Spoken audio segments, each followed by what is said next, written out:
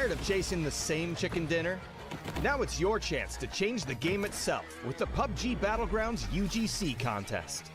3 ways to enter. Go loud with combat modes.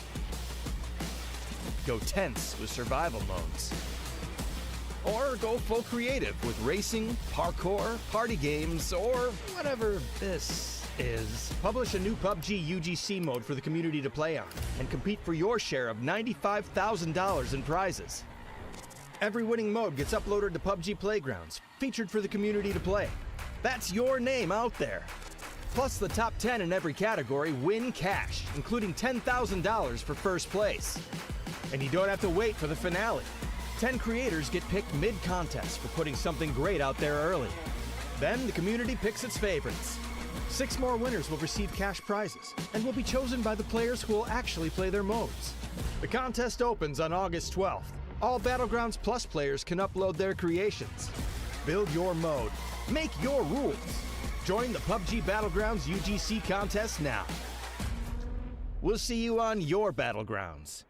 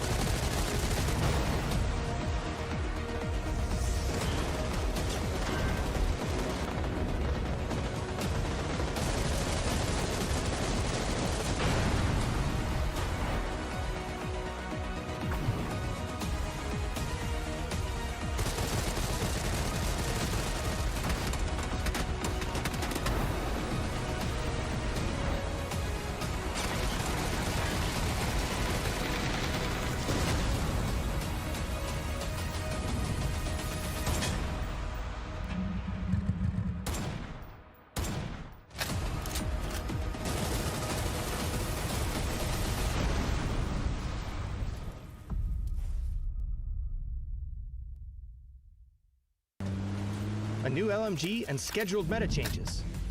A new way to explore UGC. And PUBG when you can't play PUBG. All this and more as we dive into the Update 42.3 patch report. First up, a new weapon is hitting the Battlegrounds. The RPD is a 7.62 LMG that features a faster reload time and higher damage than the M249, but with a slower rate of fire and muzzle velocity, giving it a feel all its own. LMGs in general are receiving a rebalance as part of our new seasonal meta rotation, which we'll have more information on in an upcoming video. But for a quick taste, expect faster reload times and improved horizontal and vertical recoil. Next, we're turning the Battlegrounds into a playground. Your playground. PUBG Playgrounds is now live, allowing you to discover, create, and play community-created content in one easy-to-access location. This will allow you to drop into a selected UGC mode through matchmaking, instead of through a custom lobby. There are even UI improvements for team selection, the end-of-match screen, and more. We'll refresh the available UGC modes with every monthly update. So there's always something new to check out. The best UGC all in one place. PUBG Playgrounds. We're also bringing back a fan-favorite mode during our regular maintenance times.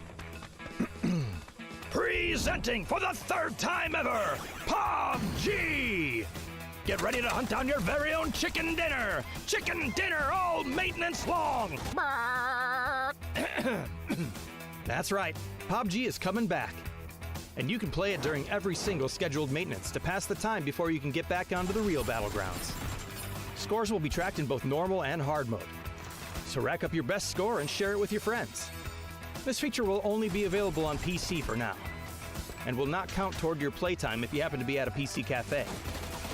We've also adjusted the hybrid scope's reticle size a bit, made firing from vehicles a little more challenging, added some key binding options, and a number of other customization and visual improvements. So be sure to check out the patch notes for full details. Update 42.3 is here, so pick up that new RPD, drop into some UGC, and beat the pixels off player Omna. We'll see you on the playgrounds. Battlegrounds. As we kick off the second half of the 2026 season, let's look at PGS 7 because the race for PGC is heating up in earnest. Events within a PGS circuit are connected. PGS 7 feeds into PGS 8, and finally they will both feed into PGS 9 collectively. PGS 7 begins things with a brutal group stage where each team plays 6 games, split across 3 groups of 8 respectively. The top 16 moved to the winners, while the bottom 8 went to the lower to play the survival stage.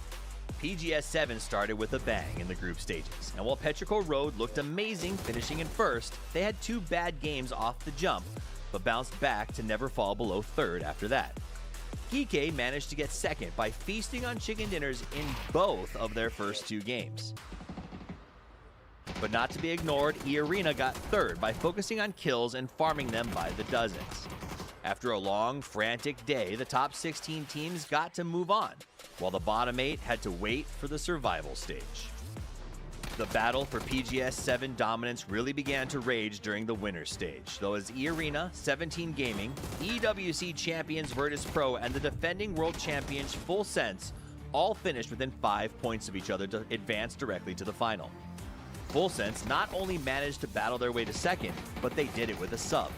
Their coach Rushy had to step in, and in doing so continued the tradition of a strong showing that only reinforced the value of having not only a coach, but one who is also a player.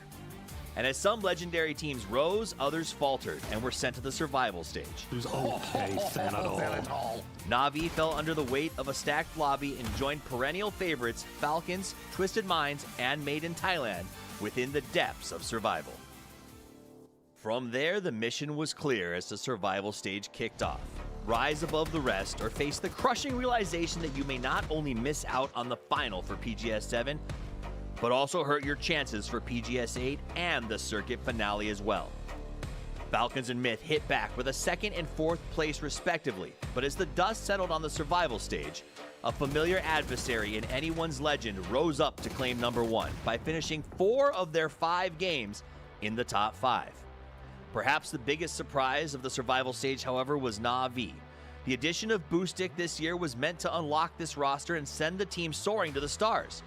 But finishing in 16th place with an anemic 12 points not only clipped their wings, but left their bid for PGC at risk as they slid to 8th in the overall PGS points race by the end of the weekend.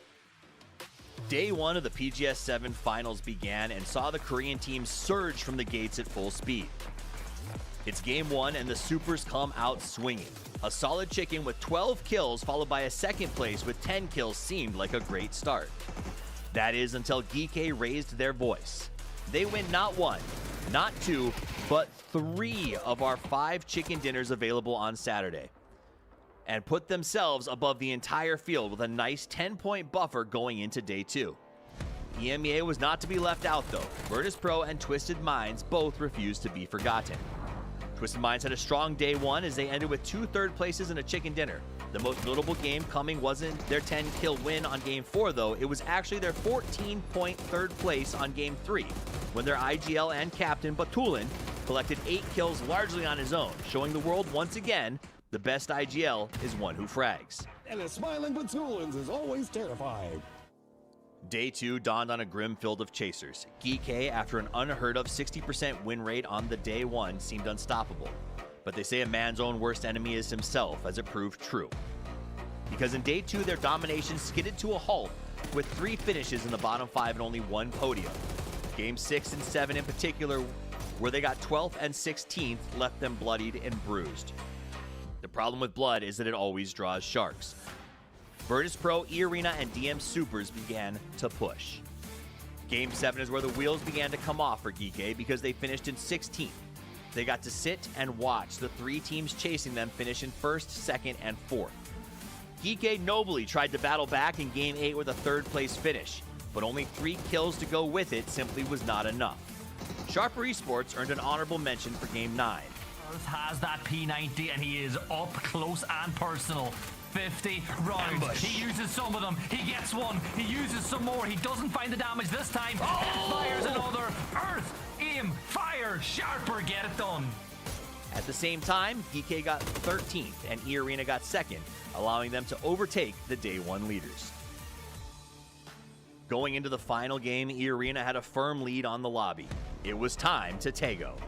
The battles raged across the map. The rotations were fast and furious, but then it happened. DK Shotty's out, getting whatever they can over here as Super's making the send right along the other side. It's going to be while VP is making the move. They bypass JDG, but it's coming at a cost. Anyone's Legend's going to fall. Vitality's going to fall. The kill feed is absolutely exploding. There is nowhere safe to the north or to the west. Soup had to try, and in doing so got knocked out in 12th place, ending their hopes of a win.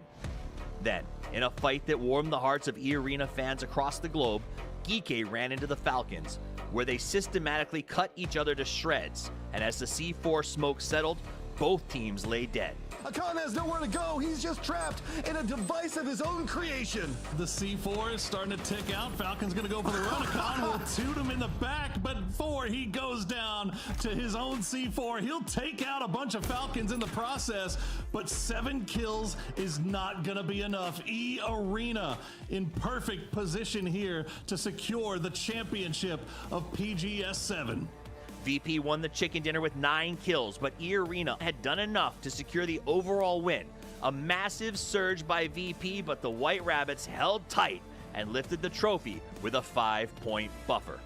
And as the second half of the year kicks off and the road to PGT throttles up in earnest, the rest of the field may now follow the White Rabbits. We've all heard the story of the tortoise and the hare, though, and the players have too. So now as we prepare for PGS 8, the rest of the world will sit back and watch to see if E-Arena can keep up the pace or risk taking a nap. The answers are coming, and coming soon, as PGS 8 is just around the corner and the tides of change are coming. I can't wait to see you there, but until I do, play more PUBG.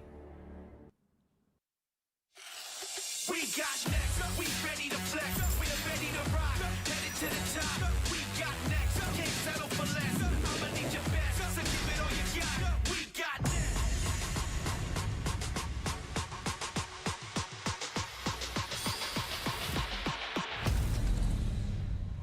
Take me to the front line. Better get your head right. You ain't gonna take my friend away. Take me to the front line.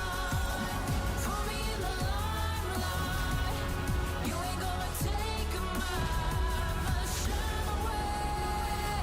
Take my shine away.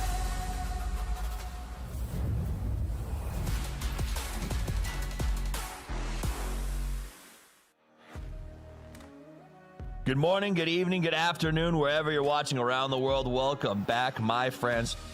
It is time for PGS 8 from Shanghai, China. We were here a week ago as the players took the field of battle, dropped onto the map, and made a statement that after EWC, they deserve to start the road to PGC in style. And now we return to see if a little bit of time off and a little bit of thought can change your stars. But let's start with the stars of today's show. I'm joined by Matchum, Avenger, and Mark Power as we get into our games today. My name is Toffees. Welcome back, gentlemen. It's good to have you all. Matt was with me last week, so I'm going to start with the two of you. Mr. Mark Power. How you doing?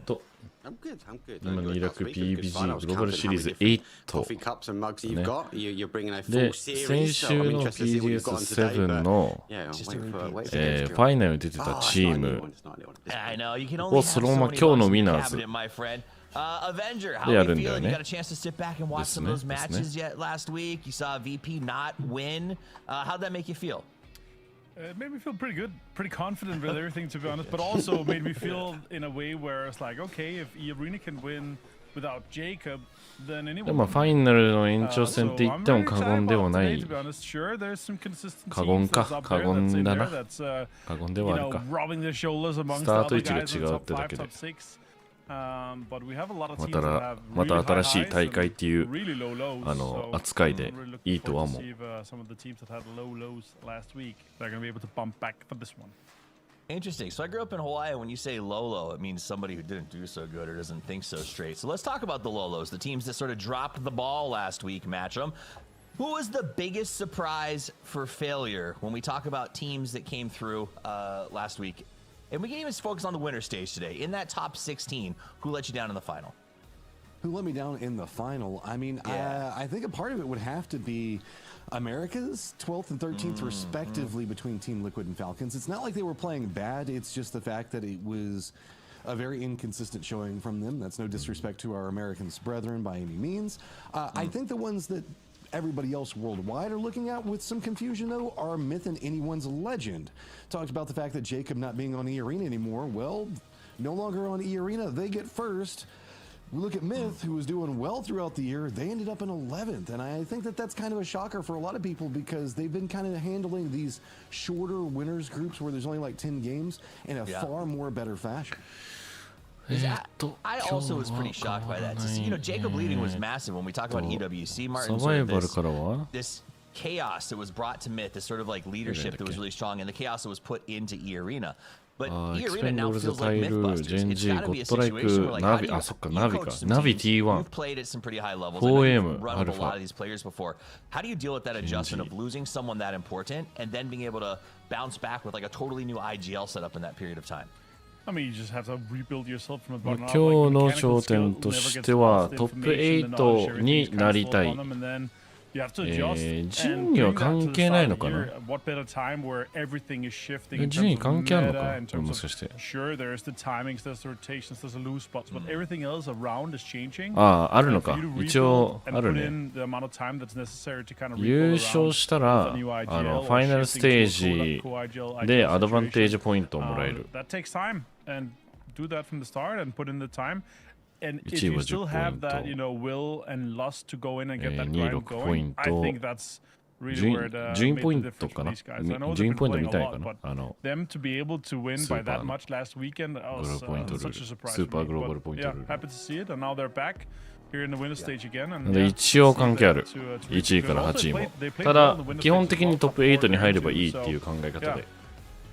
They actually did really well through all of their stages in those sort of top 5 positions. 前 As 回 we take a の look at the schedule for the week, you can see sort of the way, or the month I should say, as PGS 8 and 9 are a little bit shorter than PGS 10 was, but every グルー weekend プステージ is の a 足切りライ party. ン So make は sure that you enjoy this one and then come back for the grand final next 28だっ weekend. Now, たね。 for the basic format, we start in the winner 毎回 stage ドン because we're カ now ツ on したらで PGS かい 8, ね and the winner stage 実 will be 際 comprised of the 16 teams who were in last week's final. That's the impetus for making the final. You want to have that chance to go straight to winner stage, where the top 8 teams will advance directly to the final. 一つのチームががっつりポイントを取るっていう形はまあ連続でアンチおらないとそういうことにはならなさそうかな。 They were knocked out of the finals early on. They've had to sit and wait for 7 days time, and they will get a chance to earn their way back into the final tomorrow in one 5-game series. Everything is 5 matches until we get to the final, which does throw some monkey wrenches into things and can be challenging for a lot of our teams because of the fact, Mark, that you don't have a lot of time. No, and obviously coming from last weekend to this, obviously then we start looking at the best of 15s compared to a best of 10. We spoke about Myth. We'd expect them to be doing well, and especially the chaos of the best of 10. Will we see maybe the likes of, again, I'll bring up a VP. They didn't do well on the placements last week, but actually the amount of kills that they got was insane. Did they need a couple more games in the tank to be able to kind of make sure they could drive for a first place? That's to be said. 5 games on the board, though. Any team will kind of lap that up.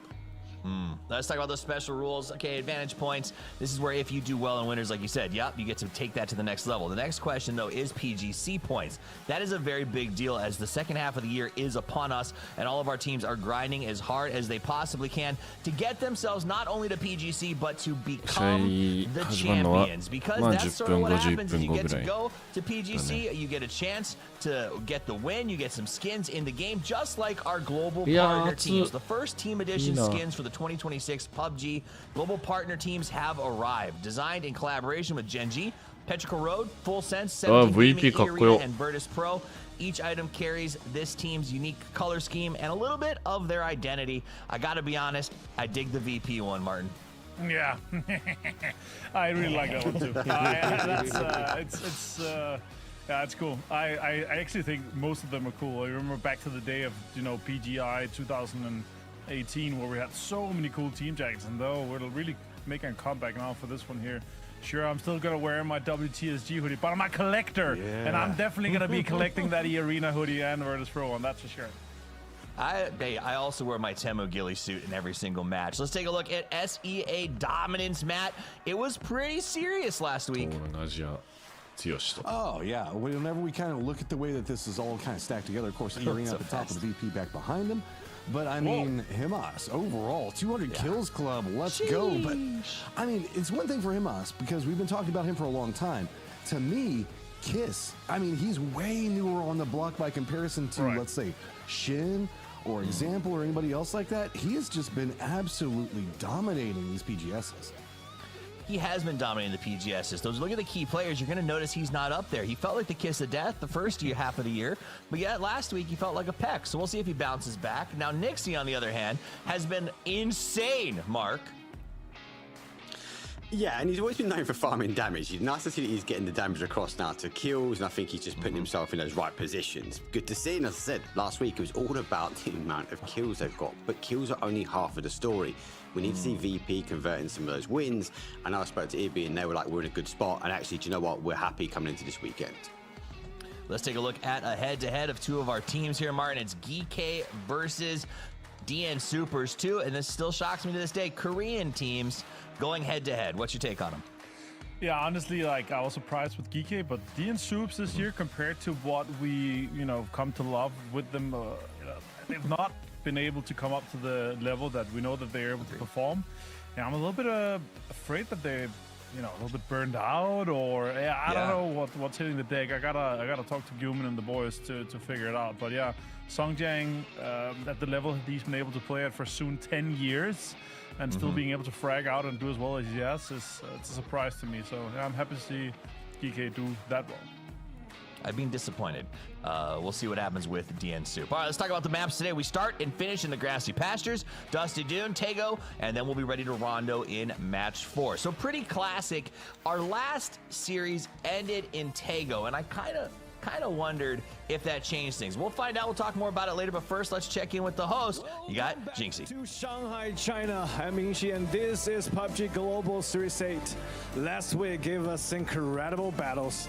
GK Esports and DN Supers jumped out to an early lead, but just missed out on lifting a trophy for Korea. Virtus Pro and E-Arena surged at the end, but it was E-Arena's consistency that led them to the PGS7 title. Now we are ready to do it all again. PGC tickets are up for grabs and every point matters. So let's keep fighting. Let's keep pushing. We are ready to see who's next to be the one at PGS 8.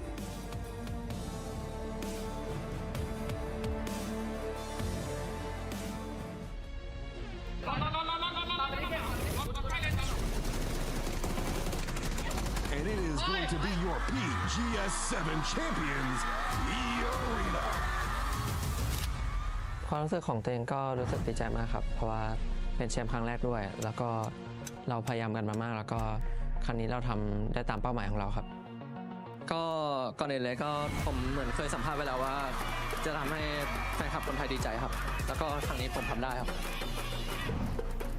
I would say looking back at it, whenever we knew it was 3v4 against the Arena, and I was like, okay, we got this. I knew that I'm better than them, so I was just searching for knock. So us not getting that is kind of like disappointing. It's not even that we got second or third or fourth or whatever. It's just that we are not up to our standards, which is 10 points per game. 당장 이번 대회만 해도 저희는 우승 경쟁을 하고 있었고 DN 슈퍼스도 우승 경쟁 같이 하고 있었고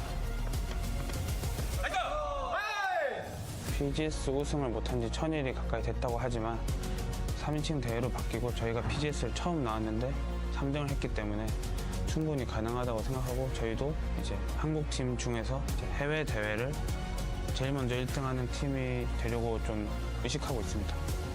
큰 변수 없으면 한국팀이 우승할 수 있겠다 생각했는데 그러지 못해서 좀 아쉬운 것 같아요. 아무래도 그냥 단순히 실력이 부족했기 때문에 그랬다고 생각할 수밖에 없고 그리고 좀 집중력도 100% 완벽하게 유지하지 못했기 때문에 그렇게 결과가 나온 것 같아요. Були проблеми з комунікацією та взаємодією, тому хочеться покращити саме в цьому. Практикувалися та дивилися ігри, як інші команди грають. Thì nói chung nếu tụi em đủ thành viên thì cơ hội bọn em vào nó sẽ cao hơn. Bọn em sẽ gắng lọt vào top 3 cao nhất có thể để có thể đem về cho Việt Nam. Em cảm thấy BG7 lần này bọn em thực sự làm chưa tốt. Ở vòng loại thì bọn em đã không trực tiếp giành vào nhánh thắng. BG8 thì bọn mình muốn chứng minh là bọn mình sẽ giành vé từ nhánh thắng và chung kết luôn. Và sau đó thì nếu mà bọn mình làm tốt thì có thể vô địch tại giải đó. I want the people to see a Falcons that's just testing things to improve. There's no better practice for us than PGS, so hopefully you guys can see an aggressive style or just us trying things out to see how they go. Oh,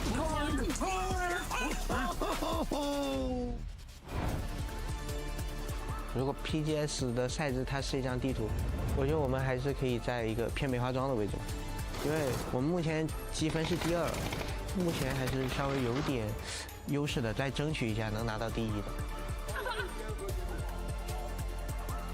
I would describe this year as a big challenge for our team. We are adapting to new play style, we're changing roles, and it's been pretty complicated, but we will done everything before PGC. Just small adjustments and we're gonna finally win it.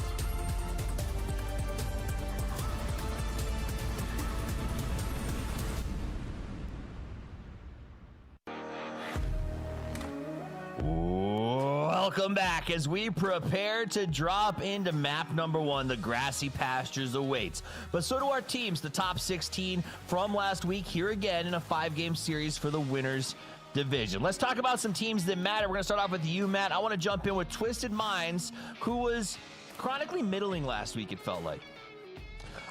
Kind of chronically middling for this whole half of the year, if you really look at it. I mean, this is a squad that with a lot of expectations. And I don't know, the TPP, BRDMs, mortars, digging, I don't know, it all felt like it was a bit lost for them. They couldn't quite figure out exactly the way that they wanted to handle all of this put together. But it did feel like in that last run, whenever we were looking at the winner's bracket, they really started to figure out how they fit into the meta a little bit more and how they want to adapt around the meta. Sure, we've seen Batulin's kind of surviving by himself and some BRDM plays, but that felt last week a lot more like the Twisted Minds I feel like a lot of us are expecting coming into this. It was clean play, clean execution, example also finding a lot more like big kill moments. I think there's something looming with that team right now. Okay. Let's dig into that just for a second longer, Martin. And Twisted Minds, 73 points is what they ended the end of last week with. Is that, it is 5th. Is that the kind of result where you're like, this gives me glimmers, or is this frustrating? Because for a Twisted Mind fan, 5th with 73 points can seem not enough. Yeah, absolutely. It's nowhere close to the level that we have seen them at before, so it's a bit disappointing to me. And also, when the way that they approach the game for the last half year has not improved, because it's been very much the same kind of stale play.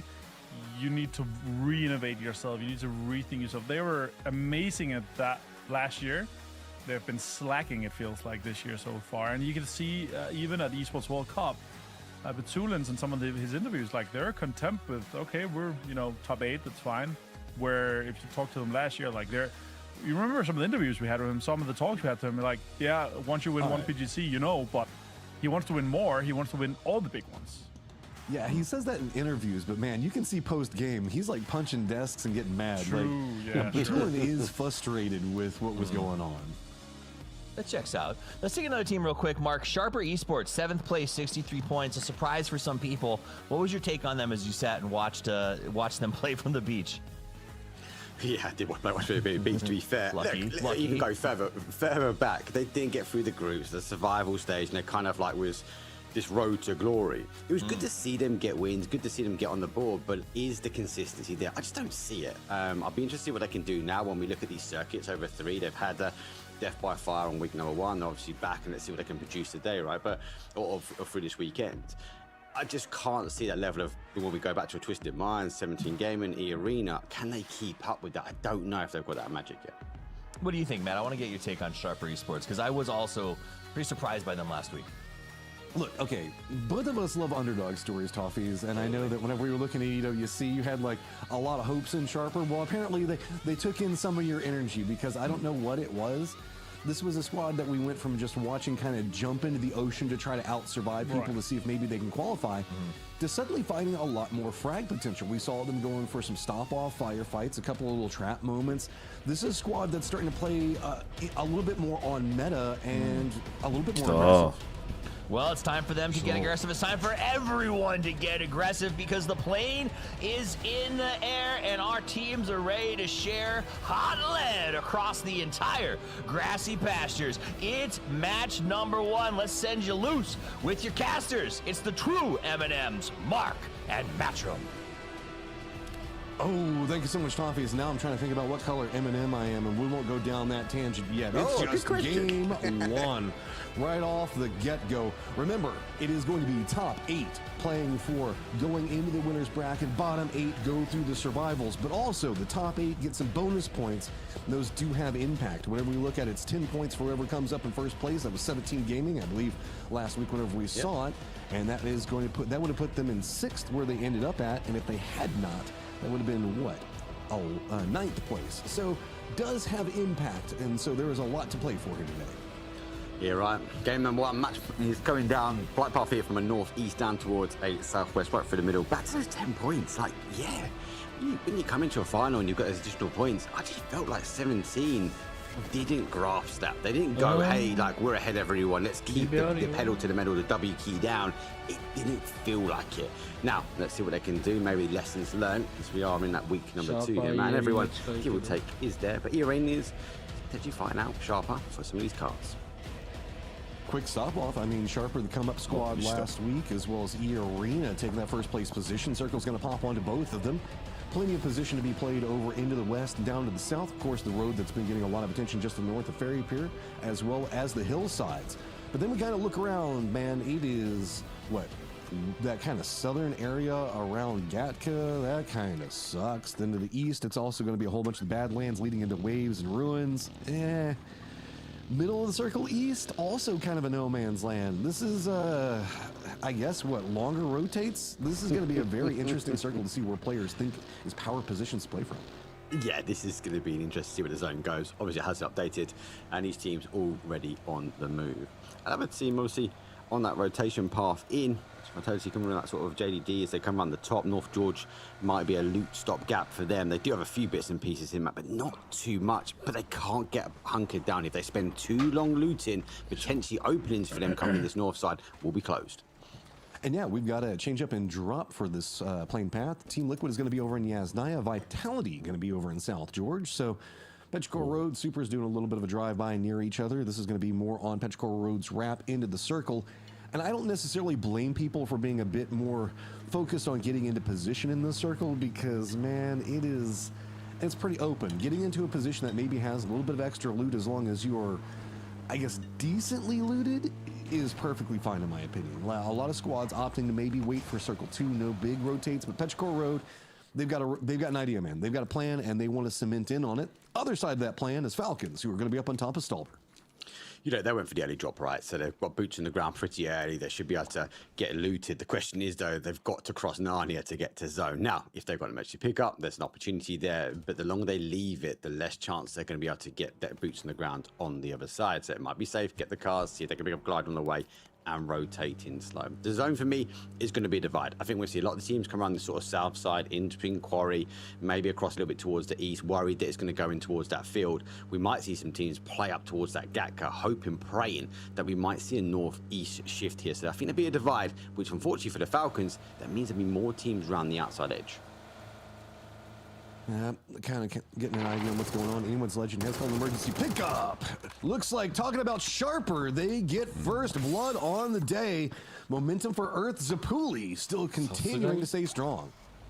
Yeah, good knock for them, holding Gatka. Obviously now they're just collapsing in Petrichor Road, looking to drive by. And we're going to be a little bit behind here. Needs to be cautious. Doesn't get caught out on this rotation. The trees will provide the cover.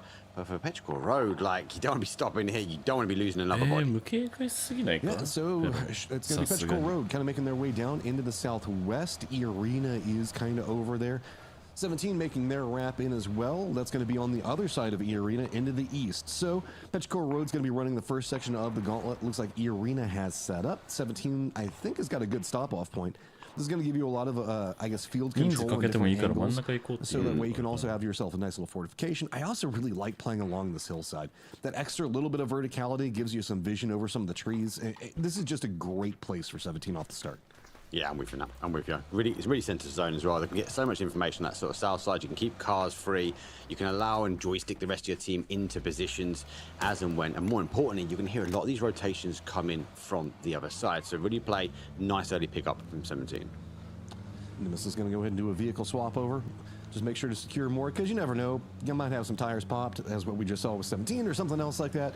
Every single tool that you can manage to pick up in the early game always going to be better. Most of our squads are already wrapping in. Remember, we did have VP that were playing down to the south, the squad that came in second place. TWIS did opt into going towards military, so they're going to either have to go for a bridge cross, ferry, something else along those lines. We'll have to keep an eye on what's going on with them. Also, GK, who had a phenomenal start to the grand final. Whenever we looked at what happened last week, they're on a little bit of a slow rotate, as well as our America's boys and the Falcons and Team Liquid. KD moving across from Team Vitality, coming to the McDonald's compound. Everything obviously going to be able to get Colt down. Knock, grenade, looking for that confirmation. And again, another team losing an individual body will be most probably unable to get the recall chips. And for the rest of JDG, they're not anywhere close. It's going to cause them some problems. They have to play game one out as a 3. Vitality gets some vision on that. JDG, how bad do you want a blue chip on cold? If I were you, I want it pretty bad. I don't know if I want it bad enough to commit into shark fin, so I think they're kind of thinking the same thing, doing a little bit of kind of rallying the horses, seeing if maybe they want to go a little bit deeper in, but they might just go for a stop off here. Plenty of safety to be had down in the swamplands, and even a nice way to park your motorcycle that'll be easily retrievable later. Good position. Oh, and we see so many zones come back this way as well. It's a crazy area to go, and don't forget where you park. Hopefully you can't get off there, but he's going to hold it with some style at the moment. The rest of the guys just settled. And again, it's about farming this information. The rest of the teams work their way in. Nemesis have come in the top. Obviously for Everest, they have Diffix holding again, looking for that scout. Team Liquid now work their way in by Ruins and Boatyard. Geekay and Falcons yet to arrive into water zone. So a little bit of a slower start, but it is going to set the pace in, should we say, for match number 1. E-Arena doing a pretty wide 2-2 split. BGS 7 champions feeling really good about themselves, but that's going to put them pretty close to 17 Gaming, running a much more contained split. TWIS making the cross onto the bridge right now. Opting for safety, you can see that they're just stopping over each one of those little checkpoints, making sure that nobody's taking shots at them. There's nobody on the other side of the bridge, but they don't know that, so they have to slow roll it a little bit more. If they opt into going hillside, they're going to find themselves with some problems with VP. They go to the northeast, they're going to find pretty much anyone's Legend. They just stop at the gas station or they go to Ferry Pier, everything should be perfectly fine for them. Yeah, it should be fine at the moment. Red zone right in the heart of the middle of the zone.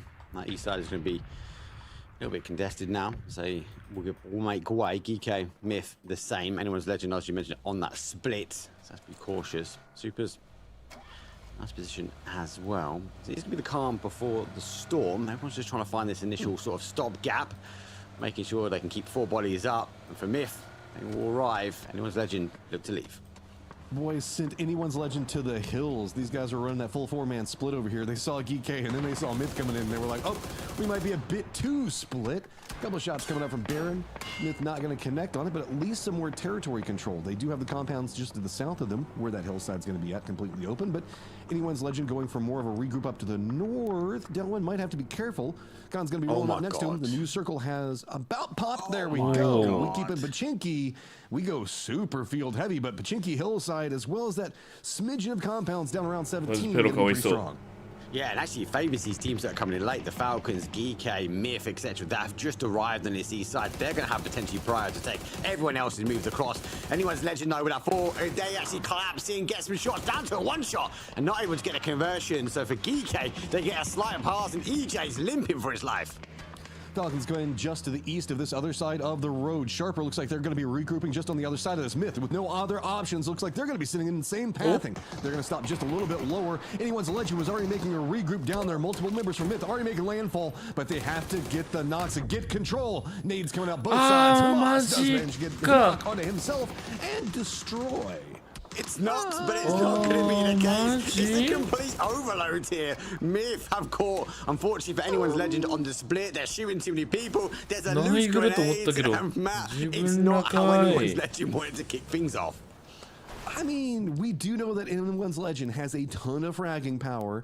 I just didn't expect them to bring it against themselves this early, but hey, whatever. Anyone's legend, new problems as Falcons have now made the crossover from the east. They've gone over the road, and now they're trying to get up on top of this hillside. So 2 players up and heading to the hills, following in right back behind Geek. That's not the best place to be. No, if they had a position, now they're just trying to find a home, and now they're going to come in between the split. They should be able to use the ridgeline to their advantage. Akan's not that far away, but with Geek collapsing, I think for anyone's legend, they're just going to try and find this compound, pitch up, and hope and pray the zone comes back their way.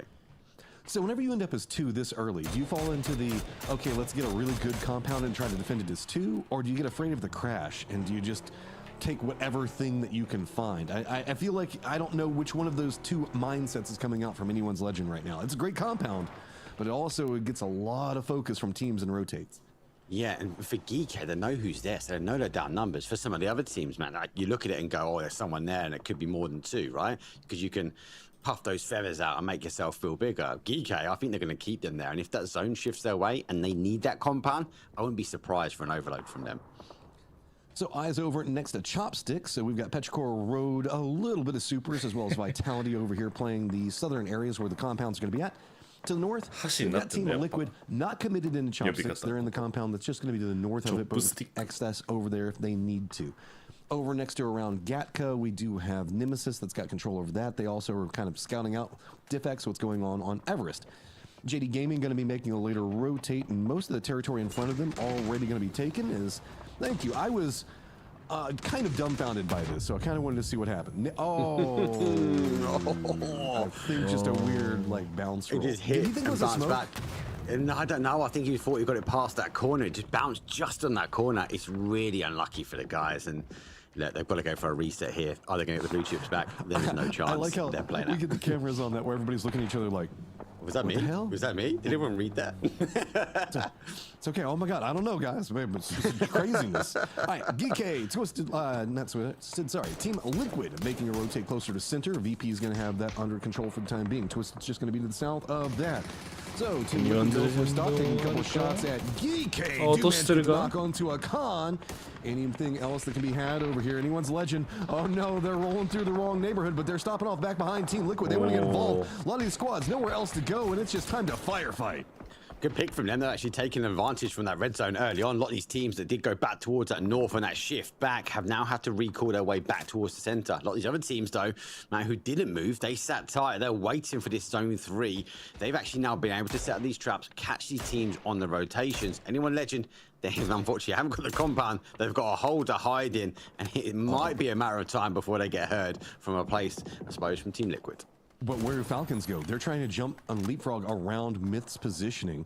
Looks like they might have found a little field stop off. I was afraid that they were going to crash into this hillside. So we've got the hillside coming out of Quarry that we're kind of looking at, where it's going to have GK, Supers, Team Liquid, and everything else like that. There's also, it kind of continues over into the west, where we see the 2-2 split come up from 17.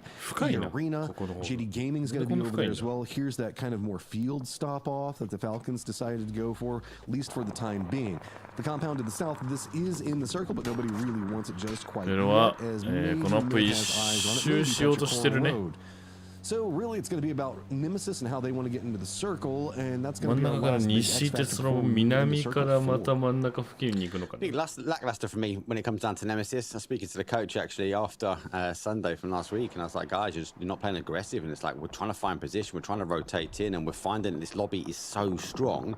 We just need to be more aggressive. I'm worried that defaulted into that at the moment. Mortar, oh, it's close. Luke finds correctly early. The car's going to go. They go for the salvation, and Birdie picks up the car will explode, and it'll be a 1-2, and Team Liquid able to pick up some early kills of VP.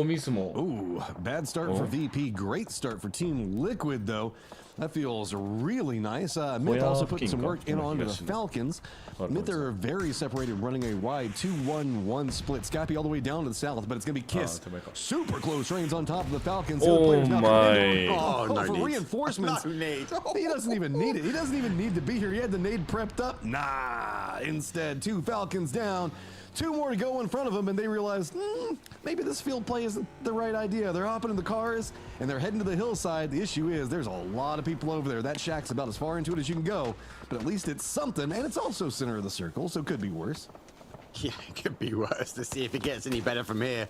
Take cover. How many more mortars have MiTH got? And they've got control. Look at the control on the east now. So many teams have to work and find entry points on the west here.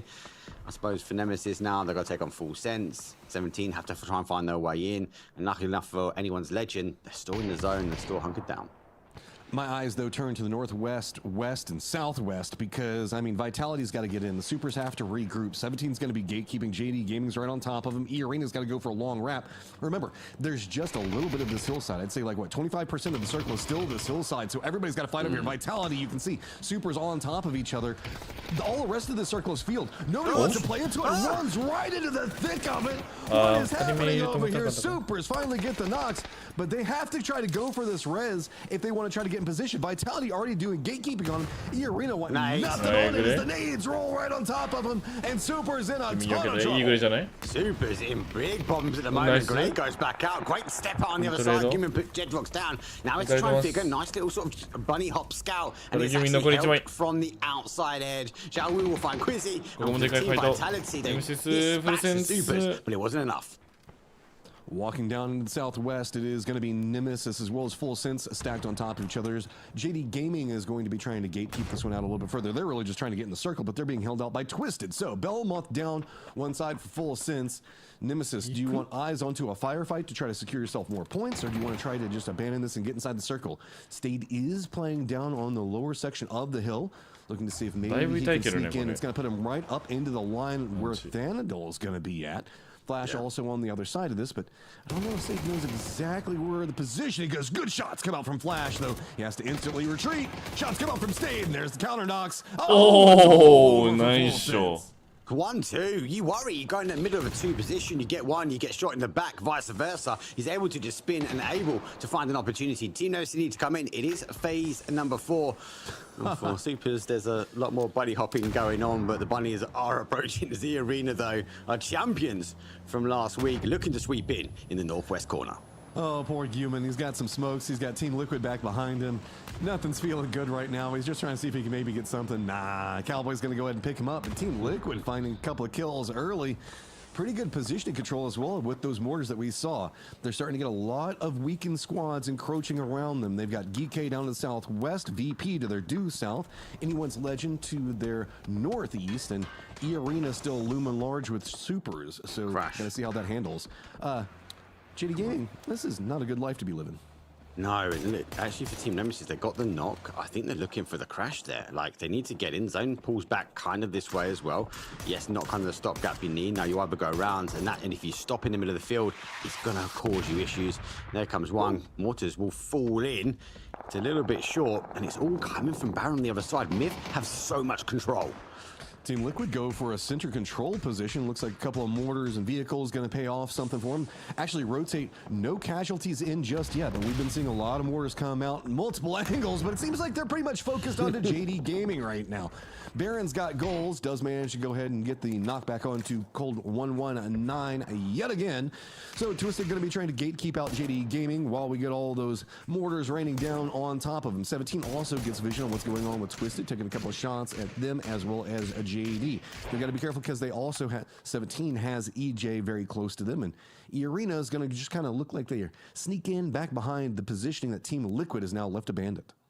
Feels like it's MiTH versus the lobby at the moment, and they've got control, and especially Baron on the back lines with the mortar fire coming in. Everyone else needs to work in from that sort of west side at the moment. The hill does remain. Everyone in the field has, I suppose, put a pause to things they will lay down, especially around Twisted Minds. Falcons leaving the shack and spreading out. Strimsy and Tiggleton obviously getting options that if one does get crashed, and this may be more of a contingency plan for Falcons, but we'll have to wait and see. All eyes will be on the west. 17 Gaming needs to come in. E-Arena needs to come in. As you mentioned, though, unfortunately for them, they've got a GK EJ sitting right in the middle.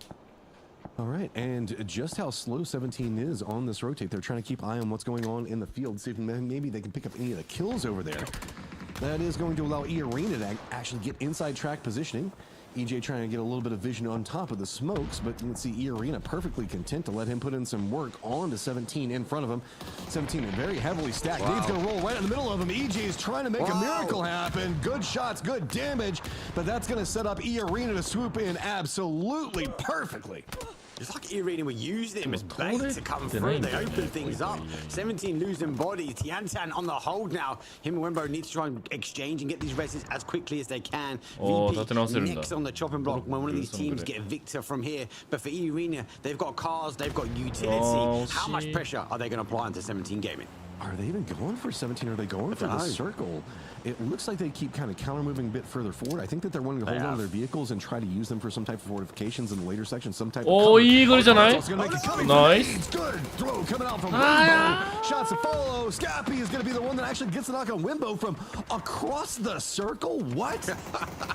They've got full control, line of sight, great nade. They exchange back and forward. Now one unfortunately takes the bounce, and it's not going to be in their favor here. E-Arena repositioned ahead of 17 Gaming, the blue on their back as they will clamor, scrap their way in towards zone, but I don't think it's going to be enough. No, we talk about profiling when you're the only high ground in a circle, man. Petrichor Rhodes taking shots at this. MiTH's involved. Team Liquid. Everybody's taking shots on these people inside the hills, and it is problematic. 17's going to go down. E-Arena now has to fight their way into the circle. Anyone's Legend's going to be on top of him. Poor old Beamy's going to have a ton of friends just running right up on top of him at any given moment. Falcons have to try to hold back all of Sharper pretty much by themselves. It looks like Sharper might go for a bit of a longer rotate. If then decides to go over into the east and the south, that's going to put them way closer to MiTH than they potentially want to be. Now as we go down towards zone, like the grenades, trying to find an opening, but Battalion is now sitting on the outside edge. He is okay. There is a snake in the grass, Cold, a little bit further up from him, and as a ridge, he can work his way. Battalion is looking towards the south, a little bit further around. Gully the field.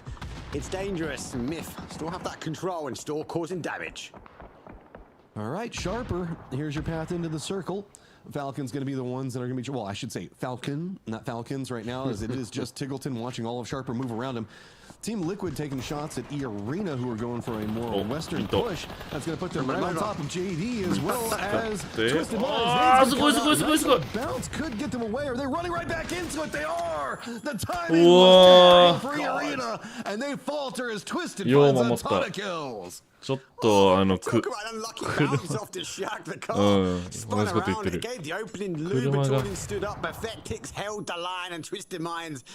ドンとつけれるからな。なんか跳ね返ったね、車が。シャーパー2枚落として。キルポイントキルポイントはキルポイントあー、ちょっと待って、キルポイント1だけ Tiggleton holding it together in a desperate situation. 81's Legend now wrapping back behind this. Then what? In a ton of trouble over here is now Team Liquid's got control over the northern center section of this circle. Twisted down to the southwest. Myth down into the southeast. Petrichor Road with something to work with down into the due south. So with the last sharper player falling to the blue zone, Tig in his hole got to get deeper and deeper because, man, he is just digging deeper and deeper to find points for his team.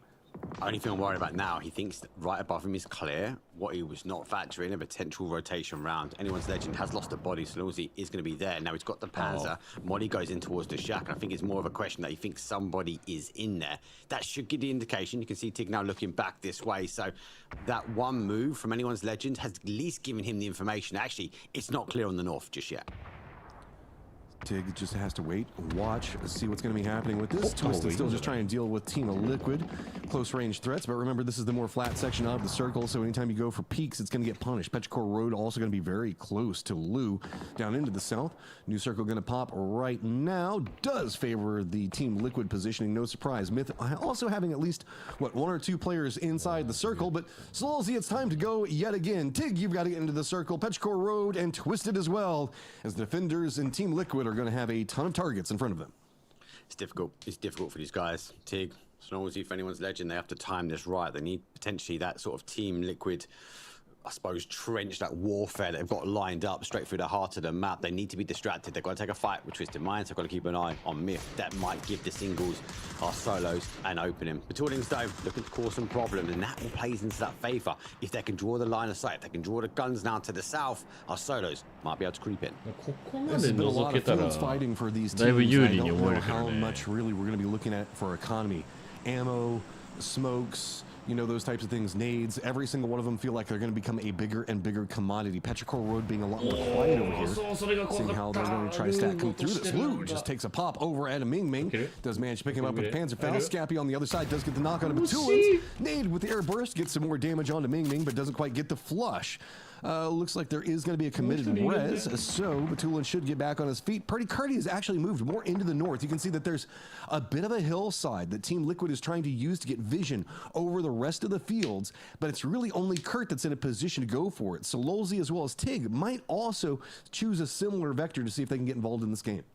I have to wait and see. I just really like how Team Liquid have set this up. Right, the zones come back towards them. Tig's trying to take the one-on-one. That Molly is pretty good. He's hit that ridge line, so he's going to be on the outside edge. So it might be a case that we might see him just try and med out. Tig having now to commit, having to open terrain, but he has a dip in front of him that he can play. Goes down towards the grass, trying to hold out, but he knows if he stands, if he runs, he might be bait. Creep forward, the crate in front of him is pretty much his target for safety. You gotta start dropping the backpacks, everything else like that. Oh, a couple of shots coming after him. Twisted, Slows is gonna get the knock on to Tig before he goes down to blue. So in range for Team Liquid, and you know that's how Team Liquid likes it. Once everybody starts getting closer,後ろ見ながらじゃないといけないな。もうちょっと奥に行ったって思っちゃったね。Explosions do roll out. Just Minds now in. Myth are now in. And Petrichor Road sit on that south side for Team Liquid. They're in full control. Luke launches a barrage, gets the headshot and kiss. Lou will fall down the car. It goes back, and for Team Liquid, they're dialing up the pressure, and now they're trying to lock in the victory. Two different teams, they have to fight both sides of them. Myth over into the east, Twisted to the west, and sooner or later, Petrichor Road that's looming large to the south is going to try to make something happen. There's just a convergence of teams all fighting for their livelihood, and it is right on top of Team Liquid's defense. Looks like Rez is going to be just barely in time for Lou, as a lot of these squads going to be limping in. Very little to go with as far as armor or helmets or anything else like that. As now it looks like Myth's got new goals, and it's to deny any form of road to the circle for Petrichor Road. Oh, that Molly was timed well. Battalions looking strong. Grenade barrage comes on the other side. They've got so much utility in their backpack because they've been using the mortar fire. No one plays towards the east. Battalions looking to try and farm what they can. They get an opening, and Mingle will go down though. But for Battalions, it's exchange. It's down with the AK. The more these guys fight amongst each other, the better it is for Team Liquid holding down the circle. They just got to make sure that they keep the right control when they need to. Big nade comes out from Kiss as they continue to stack up the kills. That is now 9 for a Myth, 8 for Twisted Minds, and 7 for Team Liquid. These guys, these three have been fragging the lobby so far, but there can only be one squad that ends up on top. Have to wait and see. They will now try and hold. Twisted Minds, obviously down bodies. They've expelled a lot. And look for Lou. Yes, that level 3 vest has still life left to give, but no helmet will remain. They will be waiting for the bloom of the fight between Team Liquid and MiTH. Lots of smokes down on the MiTH side. Looks like they're trying to reset the pacing, see if they can get how close they can. Team Liquid. Twisted Minds over in the west. It's going to be Cowboy. Looks like Kurt mostly keeping an eye on that. Whereas to the east, it's going to be Alo and Luke. Luke's playing more to the north alongside Kurt. So there's 2 points of defense coming up for Team Liquid. The convergence point looks like it is going to be Alo. Multiple members of MiTH starting to get on too many different sides around of him. Oh, you got to shot. Big comes up from Cowboy. 2 players down for MiTH. The timing on that was perfect. Now what can Twisted get on the other side? Fighting 2 different squads, same time. Kurt spots out Lou. It's a divide. Purdy, Luke, they're holding his head. They're lying on the sort of north. They're getting the information. They're feeding it. Twisted Minds will fall down. It's a 4 versus 1. The Stallions look to try and charge, but MiTH has Scappy. He's back to the it's a full down of He's charging ahead. Runs forward in the fields. The horses will reign supreme. MiTH in a ton of trouble. Nothing to do. Scappy just hiding out inside the smokes, trying to go for some flashes. Couple of bullets going to connect, but no, in the end, it is going to be a massive high kill count victory. 真ん中にいるチームで東と西にパーティーに挟まれてる状態だったけど、うまくグレで抑えてたね、無理やり。GG.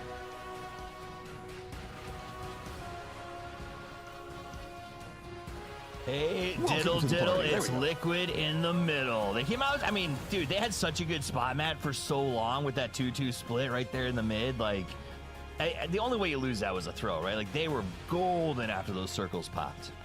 I mean, it is a fields ending, so there's a lot of ways that could have gone down.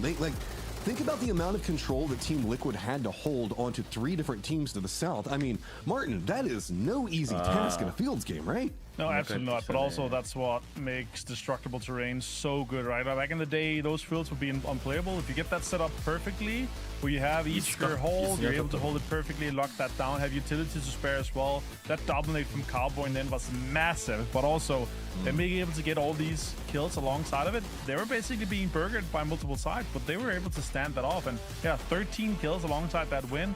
That's the exact start we want to see from Team Liquid. That was the hot stuff. That's the hot stuff you like to see, especially because we started today, Mark, honestly pointing out that America's was a letdown in the last series. The fact that both of the teams that made it through struggled on the final day, and then to come out with Falcons doing a heck of a salvage and then Liquid winning has got to be pretty exciting for the region.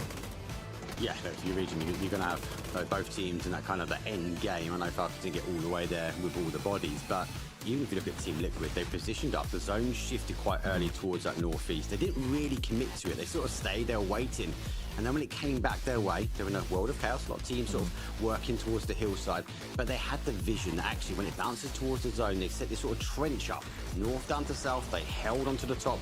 And their communication, their comms, I'm sure we'll get to this do it a lot later on, but they're so calm in how they do that. They knew that at the fight, which one they had to take, and everyone had a job to do.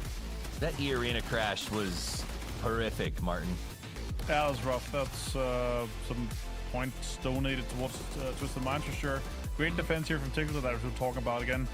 Sharper should just have, had some control out on the eastern side or full send it towards him. Like, you're going to be able to pull it up. Otherwise, you're standing at that high ground, you're just going to get naded and everyone's going to shoot at you. So, yeah, overall, great utility for most of the teams coming in to the spot here. But, yeah, what a great defense from Team Liquid towards that center.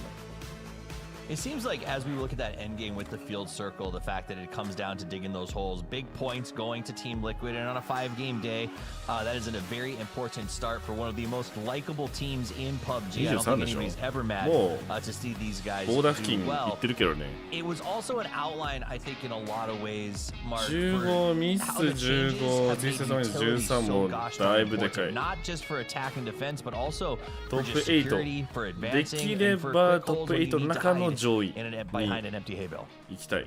Yeah, look, you've got to be able to manage that utility range. You mentioned we saw so many teams using grenades, and Tick was one of them to try and find entry in. There's our man of the match, Cowboy, though. He's shooting everyone he could see inside. And actually, if you look at some of the foxholes that he dug, again, he was sort of managing his U2 well. I mean, he's one of the players that we saw. He got a double on MiTH with one grenade.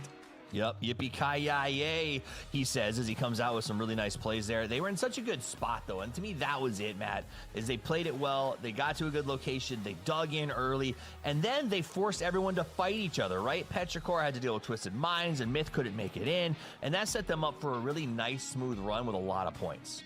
I mean, it is, yes, fundamentally, like, the theory on it is easy, but it's so hard to execute, because whenever you're looking at squads like MiTH on one side, Twisted and Petrichor Road, we've had multiple talks about, like, how great we think all these different teams are at different times throughout the year, with the exception of Twisted, who we would just want some more from.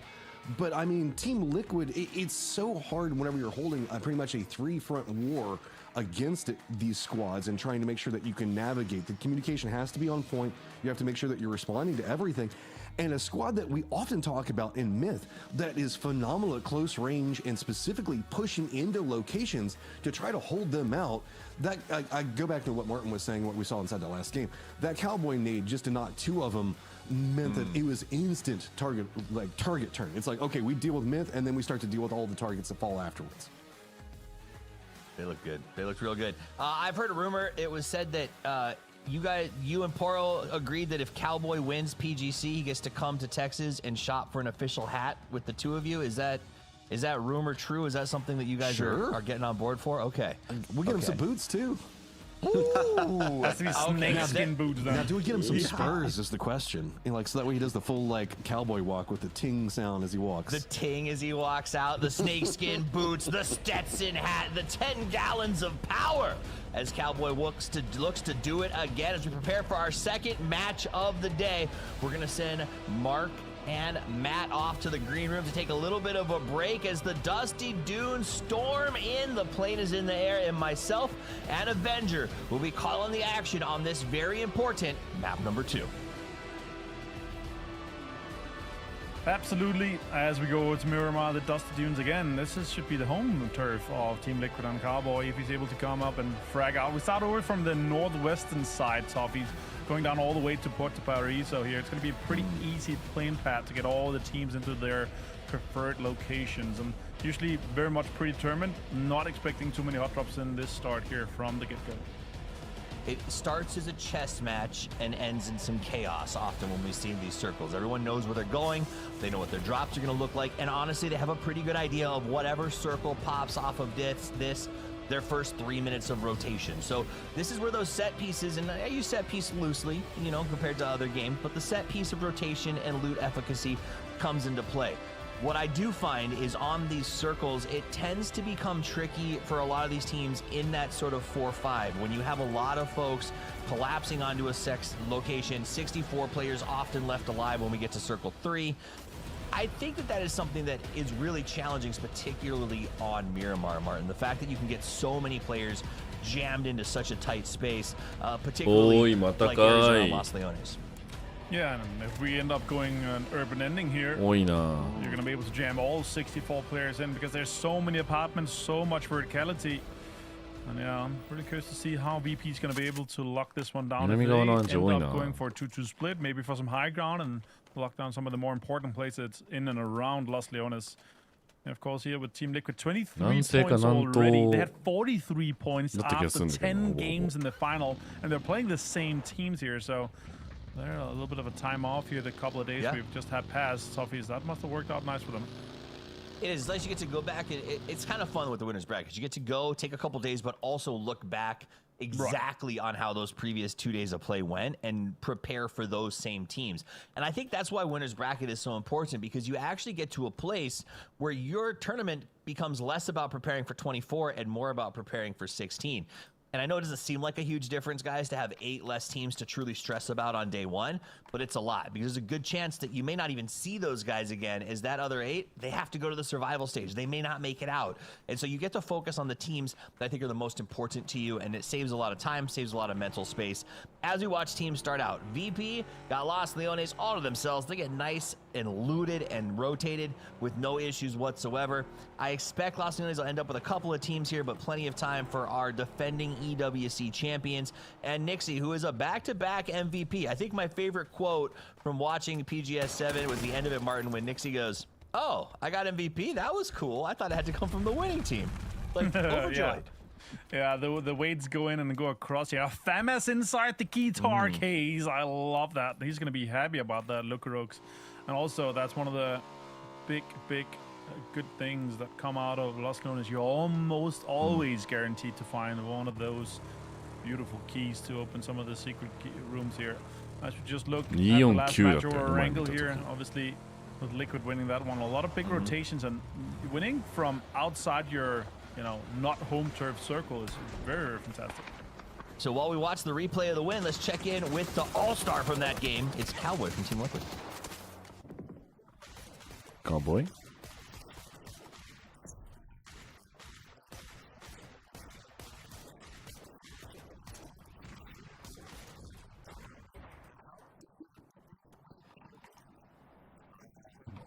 まあどういったコミュニケーションがあったか最後の話。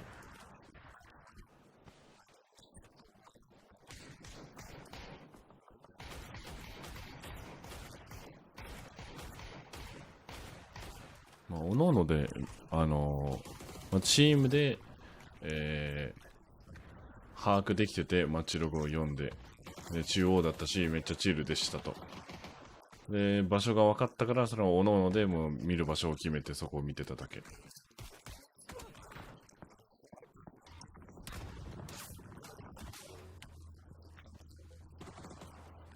エイロが足音聞いてそこにパーリーと一緒に投げたかな。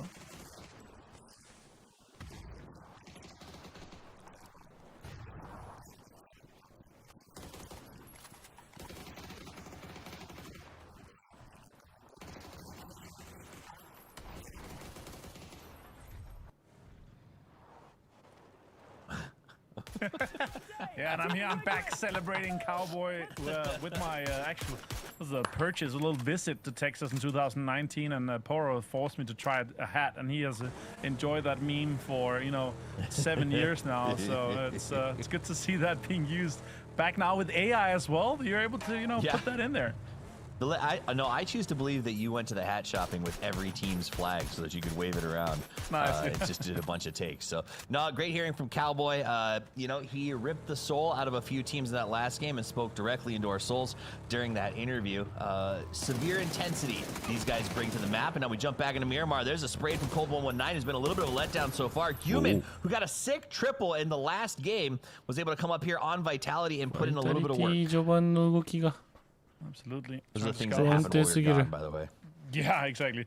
All these situations that are kind of coming in, there's some really high priority compounds that are very active and open, and some of them are absolutely not taken just yet. You see supers coming in from behind of Vitality as they're trying to figure out if they're going to lock down this big barn compound. It's very, very good in the current circle too, especially if we end up going not inside to the urban area here. And MG3, the big brother of the RPD that's currently inside the live patch. You have to remember they're playing on the last stable patch, so they do not have the RPD, the newest addition to the game that are, in my opinion, absolutely insane. So if you're playing live and want to go out and try to play yourself at the moment, try to gun out. But for now, we're going to see Petulin to use that MG3, hopefully on the 9900 RPM. And now you see, of course, the rotations coming in here. I'm really curious. Are we going to end up in urban, you think, here at Toughies? I mean, based on the AI projections, yes, everybody's headed there. So it seems like all of our teams are going to head in that general direction. No, I don't think so. I mean, it would be cool, right? Because I do love multi-level fights. I don't feel like we get enough of that in PUBG. So whenever we go to Los Leones and I get to see guys stacking up above each other, that's always fun. But it's just so hard to get it to stick to that area. We'll wait and see. I can already tell you, teams are gathering on the outside of Los Leones. No one wants to be the guy stuck in the middle should that circle shift away. Twisted Minds had a decent game last time around. They put up 13 points, I guess better than decent, as they make a nice little rotation here. But feels like every rotation they've made so far has been under duress with tracers flying past them. Yeah, absolutely. As we see, The Twisted Minds trying to roll in, get a little bit closer here. They actually have pretty low priority to anything. They have multiple teams ahead of them.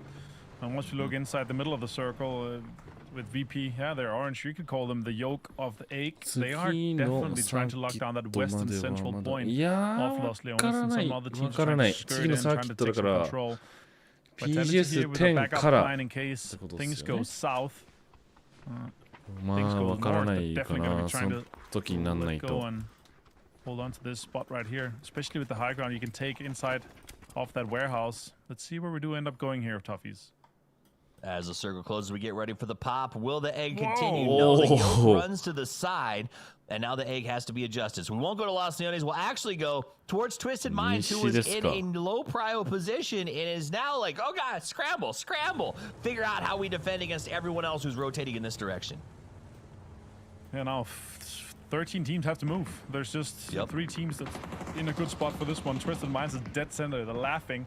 JDT also looking good. 17 trying to maybe go for 2-2 split, as you see right now. Wenbo and Chan going in. The other teams as the other side of the rainbow. Sha Wu's in there. Lilgos is trying to get on to multiple compounds. Other guys are going to have to go in and back up the other guys inside it. Chan is not going for that. Okay, they're going for a 1-1-2 split here. Big surprise for me, Toughies, in this situation here. We actually have better compounds ahead, but maybe trying to control the northern side of the circle here could be big for them. Let's see if they end up getting crashed. You know, for a home circle, you think they got to have this prioritized. They got to have this worked out. So this 2-1-1 should be fascinating to watch develop. Nemesis is going to go around Liquid. They come up on the shack and they're trying to look down on Luke 12's position. Luke is alone. They scouted the crash and they're just going to go ahead and send in. So Soset and Diffex not sure that he's here just yet. Liquid comes from the other side and we have a double crash, but they don't know that Luke's on standby. Luke comes around the corner. Nades are prepped up. Diffex looking for the cars that just came in. Cowboy goes up into the house to the high ground. Luke trying to get a flank on the left. Sees the first player. Stayed off to the distance. Cowboy goes to the high ground, says, if I can play the roof, maybe that's the secret to unlocking this fight. Oh, there's great the first angle shot. here. Yep. Very nice. Melman goes down. Cowboy pushes up to the high ground. That opens the door for them to try to make a play. A nice little flush from Luke, but that does give away his position. He also got stayed and flushed in that time frame. So Nemesis, who came in underarmed and underprepared, is going to have to just hold Longhouse. But if there's a gun you want to hold Longhouse with, it's the M249. They've got 2 of them. Both Yes, so difficult holding on to that. That's great. Even though the LMG patch is not live for them, they started playing it already. You got to get used to it. So once you get back home, you can start absolutely banging that out. Obviously, they're also playing on the live patch when they're out there training, so they definitely know that the RPD and the M249 are extremely strong guns currently. In a 3 versus 2 situation here, if other teams see knocks, namely maybe E-Arena, they could definitely pull up onto this. Even maybe if they get a knock onto Pretty Curdy, he goes down to half from the shots from E-Arena. Petrico Road also close to them, trying to figure out if we're going to do something about it. Pretty Curdy in a little bit of distress here, Toughies. Yeah, E-Arena's got some good vision. Pretty had to duck back, but Pretty did a good thing and put out some really nice offensive smokes to make sure that he could fall back from the barn without getting picked off by that third peak perspective from Nemesis. So now Nemesis, because of those smokes, is just locked in with no actual idea of where Purdy is and how him and Luke are going to be able to play this. Now, E-Arena, though, from a distance, causes a lot of trouble here as it takes away that left side flank from Purdy. Cowboy opens the door, going to cook a nade, toss it down the stairs. It's not too shabby, but that does clear the below the stair area, which might open the door for them to slowly but surely work their way into this building. With the arena in the distance, they got to get inside. They got to try to clear it. And with this circle shift here, it stays just inside, so they have time to finish it, but Diffix finds the nade onto Luke 12. And now it's down to Purdy Curdy. More nades come in. Actually could connect quite a bit of damage. 39 onto Pretty Curdy now, and they're going to have to figure out, are we going to try to go for this rest here? See in that corner? His toes are burning, but he's just going to be safe from this one here. The graphics are showing that he's just behind it perfectly here for Pretty Curdy. He's going to vault over and try to get that res off, while Diffix and Soset try to maintain some pressure onto it. Falcons actually see a third-party opportunity. They pull up. The Falcons have arrived. Liquid eliminated. Nemesis makes a nice little play. I think the car's coming in, forced the hand, so they pushed hard. They got that knock, and now the Falcons have taken the high ground. They're going to push in. They throw some attacks right in the door, and now it's right. Nemesis is in the same position they were 2 minutes ago, locked in the basement with another team from the Americas pushing them. Great amount of utility here used and committed by Falcons now. They're Getting one knock onto Diffix. Now they see that Ming actually got it. Opan steals it. They know that it's just Soset left. Shots come in. He's done a lot of damage as well, but Soset down to 24. They're fully aware of it. Great nade from Shrimsy. Gets it down, and Nemesis is out in 15. This compound that is still inside. Now they have plenty of time to figure out how they can get further into this next circle. Jump over to Geeky, fighting it. GK versus MiTH. GK limping and whipping as they try to go away. Park Pro gets picked up to get knocked back down. MiTH on the high ground with nades for days as they toss it up. Nice little shot there from EJ to try to buy a little bit of space as Park Pro goes downhill, but flashes will keep him off the res. Akon has no hope of redemption, and MiTH from the high ground should be able to just work their way down onto this. They don't have to push backwards, so maybe that's the saving grace for GK, is that the blue zone cometh and MiTH is not interested in staying inside of it. Yeah, this is a great hold from MiTH here, Tough. I actually love this. They're holding them out completely in a great spot. And now they're going to be able to scoot inside the circle and then maintain that control here. GK under tons of pressure. They're going to jump into this. Scabby finds Park Pro. It's down to just EJ and Songjang. This MiTH is just going to try to finish this quickly. Jacob actually runs out a little bit of an aggressive push here for a TPP pick above them. He sees the guys out there. He's going to be able to get maybe another knock. He finds EJ with a headshot with the hog. They were playing the game, how many times can we res Park Pro? And Jacob was not interested in letting them deny that with a res to the blue. So he comes in, gets that knock. He'll get 2 points off of it as Songjang just drives away. They don't know that, though. So Kiss is going to have to hang here for just a second and wait for those things to confirm. Scappy and Jacob both walk away, and they should be able to extract. Songjang goes for safety, but runs right into the White Rabbits, and Nurens is waiting. Geeke ran into a wall and just got dismantled. Yeah, extremely unfortunate from Giga here, but the amount of pressure that MiTH held them onto forced them into this. Now MiTH is going to have to make a little bit of move here, potentially fighting E-Arena just soon here. Sharper, full sense, E-Arena and MiTH. It's a full epic fight in the Southwest.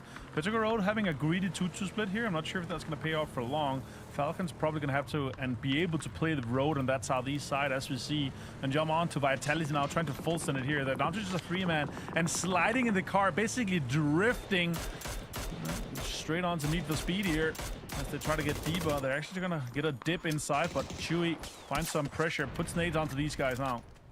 Yeah, they're just stuck in a hole with guys on the high ground. Nade's going to come raining in as they did have this berm. Normally it would be pretty cool, but it might not be. Depends on how much utility Petrichor is sitting on as they're able to take a couple of shots and duck back down. Nice cover from Vitality, keeping them locked in place. And then Virtus Pro up above even higher is going to give them some help as it forces Petrichor to the ground and saves Vitality's life. Now, while we're watching this fight sort of slowly develop, Falcons are trying to figure out how to move into the circle. So we're going to check in with them and their comms very quickly. I'm double bombing green. It's Vitality. It's Vitality. 英語喋れるチームの VC を主 In the に yellow and green dip. They're leaving Ifty. One guy just left Ifty. Ifty sheds? They're going north. Yeah, Just they're take it. grouping. Ifty sheds is just clean. You want me to take it? You should drive scout it. There's a team driving into it, I think. Drive scout it. There's a team driving into it, I think, from the west. Yeah, there is. Leave. Yeah, You can stop on yellow if you want, Swimsy. Play close on them. 4 men on green now, okay? There's a new team in the Ifty shacks. I don't know who it is, but it's a big team. Yeah, it's full. I can't hold both. They came from west. They came from Yeah, west. they came from west. Yep. Nice. You know what stood out to me there was the 綺麗だね。 comms, Martin. Very, very clean. Yeah, extremely calm collected here. They knew they had the inside information here. They had a high ground, they had a low ground, and good stuff. Great information. They know there's a big team as well. They're not fully aware that it's E-Arena, but they saw it was from west, so they have an idea that it might be MiTH or E-Arena coming in from that side, but doesn't matter actually. That's set up with 2 guys off the high ground, and then Shrimsy and Gustav setting up for a fight inside the lower bowl here is going to work out great for them. Next circle, unless we see 2 really far northwestern or northern shifts here, Falcon's going to have a great game here as they have full southeast control. What I loved was the in-game quick call, right? You saw Shrimsy doing that road scout, and then all of a sudden Gustav said, stop down yellow. Yeah. And when he stopped down there, it actually saved his life from 2 teams that were over the top of that hill. So being able to make those quick game calls to check it to a second strategy or to call a stop down and have the team listen, that's the kind of thing that you're looking for, especially with that new bright leadership of Gustav that's been kind of added to this roster, freed up a lot of our guys to focus on fragging. So let's jump over to Virtus Pro, defending champions from EWC. Been dominant in and play in general. Very, very consistent as a team. Would love to get a few more points on the board here. And I would say pretty dug in. Well, I would say decent spot, but now they're outside the circle as they've got to collapse their 2-2. Right? No kidding. Worst possible string for a lot of teams. Guys. Yeah. VP's going to realize this, that they have a fight and their winning line is going to be inside that ridge on that northwest. Falcons has, they can dock in a little bit, then they can have the ridge play maybe, but they're going to have to fight Vitality and eventually E-Arena here. E-Arena's probably going to third party that fight, considering they have FT, the compounds that they were talking about from Falcons' position here now. Shrimpsy's going to set up, and so is Gustav, and then it's going to mean that they're going to have to drive straight towards it. But VP holding on to this 2-2 split means that they're probably going to want to fight JDD eventually, but also be aware of what Falcons is going to be doing here. Shots are coming in from the arena, also potentially from the other sides. A lot of traces in there. Tick takes one shot, but they're going to be fine here from this spot here, TWIS, I think. So they're going to roll on down there. And for those of us at home who don't know, what IFT compound, is that the one that's just Yamaがファイトしてる時にE-Arena, perfect. Okay, so for those of you at home, E-Arena is the IFT compound named after a team of ancient lore. Tingleton nearby gets of course, he gets a mortar set up. And this is not a bad spot to be mortaring out of. The circle's going to close up on you. You're going to be able to play your pizza slice, and you can harass people from all over the place. VP takes a couple of shots to put their heads down and should be able to rotate without any trouble as they collapse their 2-2 and leave JDG behind. Yeah, absolutely. This is going to be a pretty interesting circle with how everything is kind of congesting towards the eastern side. Now, JDG is moving. 17's in here too. And there's going to be third-party potential coming in for both Vitality, Falcons, and all the teams kind of staring at it. Tingleton finds Nixie. They're actually not even shooting into the circle. They're shooting out towards it, putting pressure onto VP, trying to maintain control of the eastern side here. That's a very interesting setup for them. Let's see how this fight between VP and JDG ends up happening here, TWIS. Yeah, I mean, essentially that mortar from Tingleton is softened up and giving JDG a chance to push. Nice flush on Nixie and the knock on Beanie. They're going to come forward. Kirksey tries to get the nade up and toss it out. Needs to slow down this JDG push. They do get one knock, but Lucarox gets knocked in return. This is falling apart as there was a good steal by Kickstart up over the top. JDG is very strong as they move forward. 17 is also prepping the grenades, and now JDG's got their back to the blue. Oh, Tian no Grega. Spray and pray, and between he and Tian, JDG is killed, wiped off the map. Kirksey has to turn, makes a nice move on 17. He gets a double. He's trying to make it play. He goes for the triple. Can he quad? Can he quad? He cannot. Wenbo pulls off the VP wipe. Oh my god, a third party happening, and how another third party from Twisted Minds. An absolute complete from Kirksey. What a play with the barrel. Now Wenbo, last player here. Example, and the guys here just going to be able to sweep in, get some damage done. Petulins goes down actually, but he gets a point on Lil Ghost that was knocked already from all this northern action. This was the least expected situation coming in, but 17 just got absolutely destroyed. We get a northern shift here. God, I can't get over that. Kirksey earning his buyout day in and day out, bro. That guy was incredible. He had his back to the wall. JDG was absolutely lambasting him, and then he played one side turns and cut 17 right across the shins. Epic play. Now on the edge, the blue is closed up. They have to make some chases to go forward. Those guys still got their mortar down. They may use that to soften up their forward position. But they got EM to the left and Vitality straight ahead. Utility a little bit suffering right now. I think this is what? Car and Send is Nurns. You can see those nades coming up over the top already.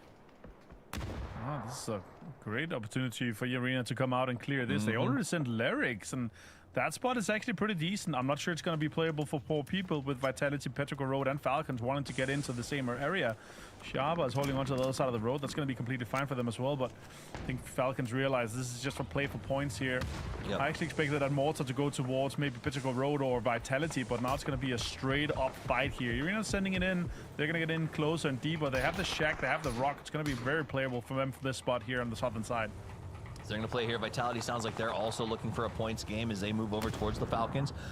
If these teams are going to fight, they got to do it fast, though, because you can see E-Arena is dealing with Petrichor. Petrichor's got looked down on this location, so the sights are going to break out on both sides. Here comes the Falcon. Shazzy moves in. There's a Vitality man behind the tree. The smoke was a little bit of help, but not quite enough. Wenbo actually goes down. It gets Shrimsy somehow from up on the hill, and Tingleton and the rest of the boys are just in a really tough situation, surrounded by 3 teams.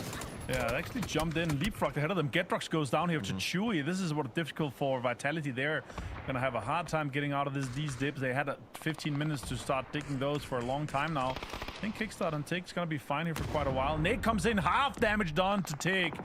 as Petrogorod tries to fend the teams off, trying to come onto their ridge.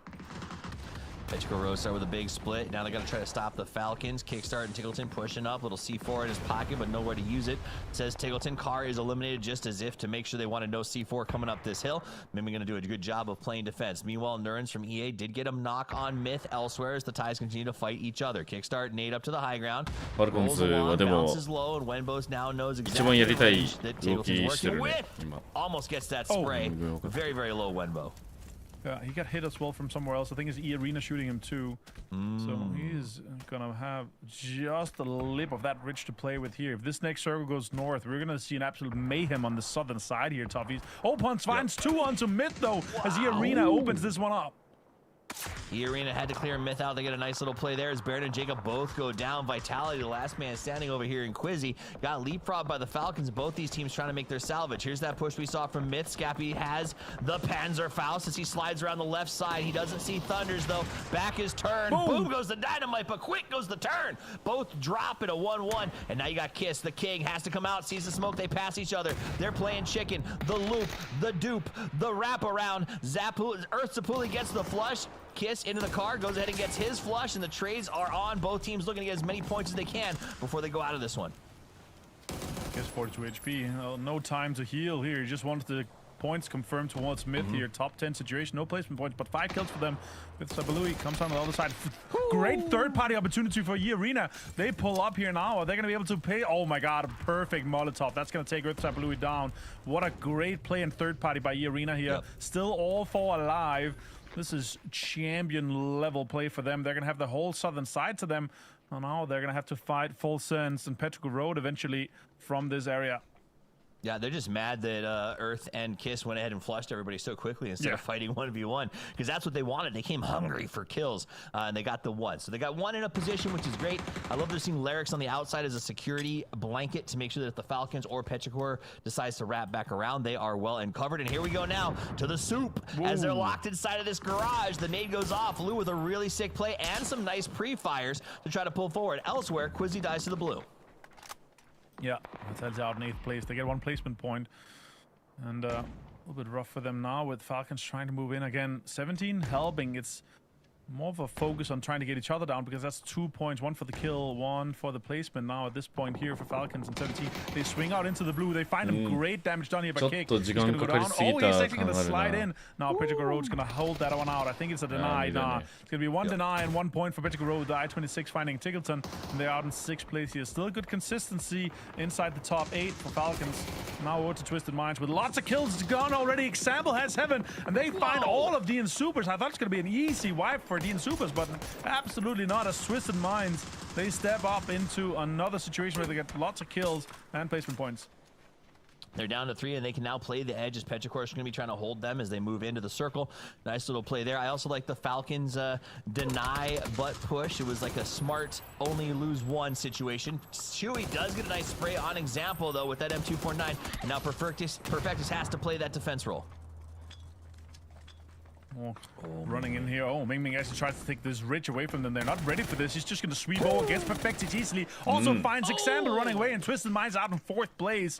The Arena 4, Petrogorod 4, and Full Sense down to 3. And now that high ground is completely locked down by Petrogorod, but they have to get off this. The circle is not anywhere close to where they are right now. They're going to have to run in the open. I'm not sure Petrogorod is going to be able to survive this with 2 teams staring directly at them. Yep, Petrichor has to try to work around the edge, as does EA, the defending world champions. Full Sense down in the middle of the hole, but there's not a lot of cover down there. So as these teams do clear the top, the best case scenario is that they wipe each other out for Full Sense. Right now, Opons is set the trap. He's using that TP perspective, if you will, to keep tabs on Petrichor as they come up over the high ground here. Yeah, and Tab's probably clapping his hands right now with the 4th place with Twisted Minds. They've been doing well. Yeah. 2nd place so far with 20 points. And the Arena, sure, Full Sense not at their full strength, with Rush is still playing the coach, obviously, but he's very much in line with the meta. He's holding that pickaxe, digging even deeper. This could be decent with the Arena and Petrogorod kind of forced to fight each other off this high ground here, as Rush is sitting dead center alongside Full Sense. Only Tanadal's going to have to make a move here, and look at that. That's a big old hole to play defense in. Yep, you got to get down inside of that and just hope that nobody looks at you, as E-Arena and Petrichor do have each other prioritized right now because they know that this has to be the fight. So the question is, if it becomes a big enough fisticuff, can Full Sense push up the hill? Flash gets the first kill on Chewy. That's going to be a big knock as he goes back in the hole and is going to hide out. Gets another shots, tries to push Larix back down. Full Sense doing everything they can to defend this position. Great twin action there for Larix and Flash. And we'll see who wins once again here, as E-Arena obviously just won that one, but still Full Sense trying to fend off all these teams here. I kind of like it that they're trying to hurt them just a little bit in the E-Arena, but like, okay, let's see if we can actually take on Full Sense here. It'll be extremely difficult. Shots can actually connect quite a bit here. Thanadol's going to be low, but he got inside to the next circle here. And there's about 5 more seconds until we start seeing that circle push everyone at the same time as we go towards the center dot that's on top of Rushy. Blue zone, great blue zone actually. They're gonna have to blow both use first aid here. Well, that's it. They gotta use the first aid or they gotta push out. It's gonna expose them, get them low. A follow-up grenade almost worked. It does get one. We dodged through the car just in time to try to get out of that, but the knocks are up. 04MB tries to follow up with another one. Get that knock on Flash, though, is huge. Nurns does make a play, though, on Chewy, and then they get back on Larix. Thanadol goes down to the Molotov as well. Now we're down to just Rushy here. Can he third party? Can he make something happen here? But E-Arena actually sent it in kind of close. Nurns is close. Petrichor Road now realizing it's a 4v3v1. Ming gets Nurns down. That's a huge knock here for Petrichor Road. Opons finds 0.B though. This is a bold play. Opons knew that they wouldn't expect him to be on the low side of the hill because it was exposed to Full Sense. He makes that play either way. Now I26V6 has to do the same thing. Rushy does get the spray. He finally pops out. That's the coach, baby, as he makes a knock. EA is eliminated. Now it's Petrichor versus Full Sense. Can the coach make it happen? He's in the hole. The spray is on. Accuracy through volume, and Petrichor Road to the top of that map as they come away with the chicken dinner. Good for them. A great fight on the high ground against E-Arena. こじ開けたわけではないけど、うまく利用したね、周りの環境を。Yeah, that was difficult for Full Sense. In E-Arena, they let off the pressure onto Petrichor Road. They had some emergency cover. They had some kind of great area to play around, and they were able to put pressure on both Full Sense and E-Arena at the same time. Petrichor Road winning that one. That's actually a little bit of surprise. They were under so much pressure from multiple sides, but they stayed full alive for so long. And that really helped them towards this chicken dinner here in Shanghai for PGS80. That helped them towards the chicken dinner. Let's take 2 guys to help us on the desk in the studio. Let's get Mark and Matrim back in here. Gentlemen, it was Miramar in a nutshell. Matt? Miramar for Ming, because, man, it was a nice little push-up on the Twisted Minds that opened up so much more control over in that section of the map for them. And it was kind of hot off the get-go whenever we saw this coming in. I mean, Nemesis still feels like they're trying to get their feet underneath of them about how to play inside the lobby. Kind of one of the newcomers in this one is alongside of Godlike. But, I mean, Nemesis managing to make it in the winner's bracket does show the fact that they've got a lot of wherewithal, a lot of international experience. A squad that I know that you were talking about whenever we were watching that game. Mark? Yeah, look, and you raised a really good point. I'm not throwing it straight back to you straight away, but I was like, I just expect more from them, like especially on the circuit and the circuit. They came through, they were the cut team that worked their way through. But you said a really strong point. They were not ready for this lobby because they have been preset, and they've been preset because they've got people like Corexy putting bodies down for that. I was disappointed though, Martin. I thought he was going to get that final blow onto 17 gaming, and he was going to stand still. I wouldn't say disappointed. I was just like, the amount of level of excitement I would have gone through if he did a 1v4 as a sole survivor there. That'd have been insane. So I'm happy that TWIS was taking that. I would have been out of breath in 1 second. Well, not even just a 1v4. He did he finished, he pivoted. That opening of the 1v4 was a flick full 180 pivot. The guy's incredible. Just watching that play was just epic. So I'm glad that he got to have that moment. It's a shame that they went out, but VP, again, shows you these bright spots over and over and over again. They know how to salvage. Now, this end game was fascinating. Rushy tucked into a really nice little spot. That's what you get from coaches. Clever positioning. And then the fight on top, Petrichor versus E-Arena. That was really, I think, always going to be the determiner of who wins this one. Petrichor played it well, and I think Ming, those 5 knockouts, only 3 kills, but man, he had so many impact plays on that one, Martin. I was very impressed with him. Yeah, I mean, again, they had that high ground ball for so long. As I said before, staying 4 alive there is so crucial for that win. but they were able to get 10 kills alongside of it, right? That was so well played from them. They were out poking at other teams at the right times to kind of fend them off, get the kills when they were important, getting the impact when it was important, and Chewy getting these 4 kills and 600 damage, made him the man of the match. But the way that he was able to lead these guys to this win here was massive. That is a hell of a tattoo. It is. Say, move your arms, but not your face. As he crosses on the wind and just stares directly into my soul. I like that tattoo. It's like, you know, sneaky. I don't know what it means, but it's fascinating. All right, 4 kills, 635 damage. Good game for them. Petrichor, though, one of those teams that I see a great game like this, Mark, but it doesn't convince me it's going to be a great day. I think 21 is nice, but often I feel like Petrichor has these great games and then peters out in the next 1 or 2. Yes, the consistency you're talking about, right? They've found themselves in a good position. And look, as Mike said, it's a difficult position to play from. They're managing multiple fights, and sometimes they get hunkered down. It's if they can do it game after game. And when we look at a best of 5, Petrichor Road, yes, despite getting a win and a good 21 points, if you're looking for them to be in a top 8 scenario, they're just not going to go away and get maybe another win. And then that questions of the teams that are around them, can they overtake them? I'd like to see them do well. 27 points, that's put them on top of the leaderboard. Puts him up there as total leaderboard time, baby, as Petrichor Road gets the 27 in the top. Team Liquid from game 1 still looking pretty good at 25. Twisted Minds at 25 as well, off the back of plenty of salvages and a very sexy play from a couple of our favorite players. Made in Thailand, example in particular, is playing well. Made in Thailand at 20. It's nice to see a little bit of a return to form from Made in Thailand, Martin. I feel like these guys at the group stages of EWC were so strong, and here they are again. But first, now that we're back, I think it's time for us to check in with an interview. No, it's not. We're here. Okay, well, wait. There's a Petrichor interview coming at some point. Hi. I'm interviewing you. I'm here. I'm interviewing you. All right, no, it's ready now. Petrichor is ready. They're down there on the stage. Let's talk to them real quick.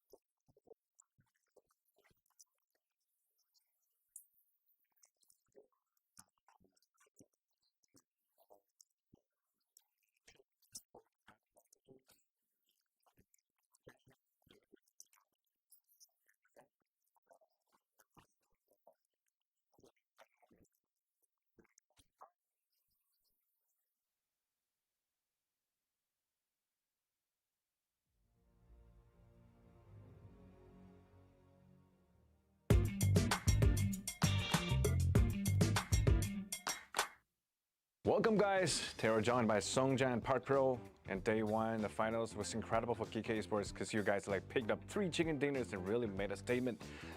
Let's talk about the 3 chicken dinners. What do you think has been the biggest reason for you to make it incredibly performance in the first day? 저는 저희가 운이 좋았다고 하지만 그 사이사이에 내용들도 좋았어가지고 좀 단단한 팀원들과의 소통이 이전 대회보다 더 좋아졌다고 생각하고 있습니다. 아무래도 국제 경험이 많이 없다 생각했는데 이제 점점 국제 경험을 하면서 적응을 해가면서 점점 저희의 모습을 찾고 있다. 국내에서 잘하던 모습을 지금 세계에서도 보여주고 있다 생각합니다. If someone had never watched GK Esports before today, how would you like describe your team in just few words? 배틀그라운드라는 게임이 항상 1등은 할 수 없지만 항상 상위권에서 1등 경쟁을 하는 팀, 그리고 주어졌을 때 1등을 할 수 있는 팀으로 이제 인지시켜드리고 싶어요. Like if your whole team got stuck in an escape room together, like who do you think would solve the first puzzle? 저는 저라고 생각해요. 저는 아칸 선수라고 생각하고 있고 그 이유는 이제 그 아칸 선수가 은근히 머리가 좋습니다. 그래서 좀 돌파구를 좀 찾는 것도 아칸 선수가 제일 영리하게 잘할 것 같다 생각해서 아칸 선수를 꼽았습니다. All right, thank you both for joining us. Because you guys, congratulations on incredible start to the finals.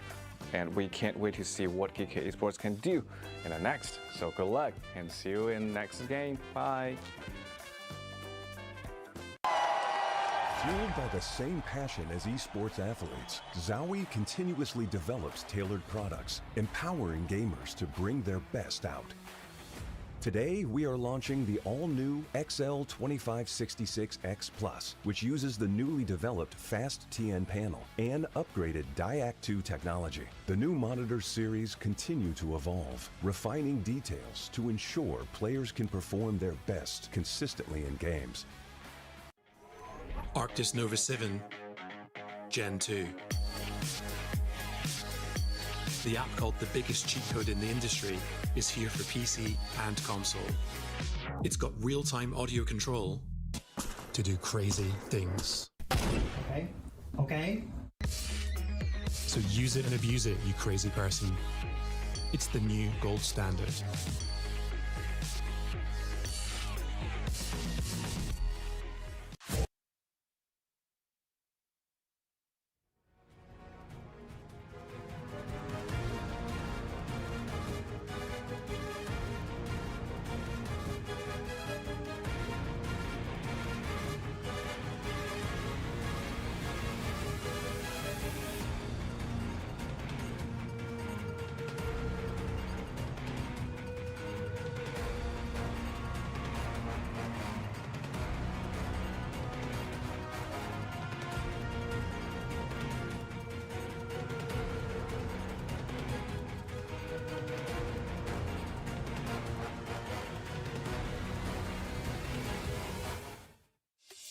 We got next, we ready to flex, we're ready to rock, give it all you got, we got next.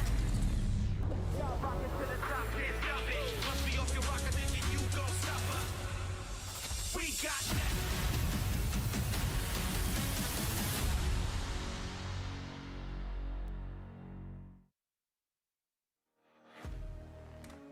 And now we are back. 2 games down, 3 left to play here from Shanghai during PGS 8 2026. This is the winner's bracket, and it's time to earn your way to the grand final. When we finish our 5 games today, 8 teams will advance and 8 will fall to have to defend their position tomorrow. My name is TWIS. I'm joined by Matchum, Avenger, and Mark Power as we bring you all of the action. The first 2 games, they were kind of what we expected, Matt, but pretty fair, decent endings, a lot of strategy and utilization of the sort of new terrain features, especially to dig your way into the final.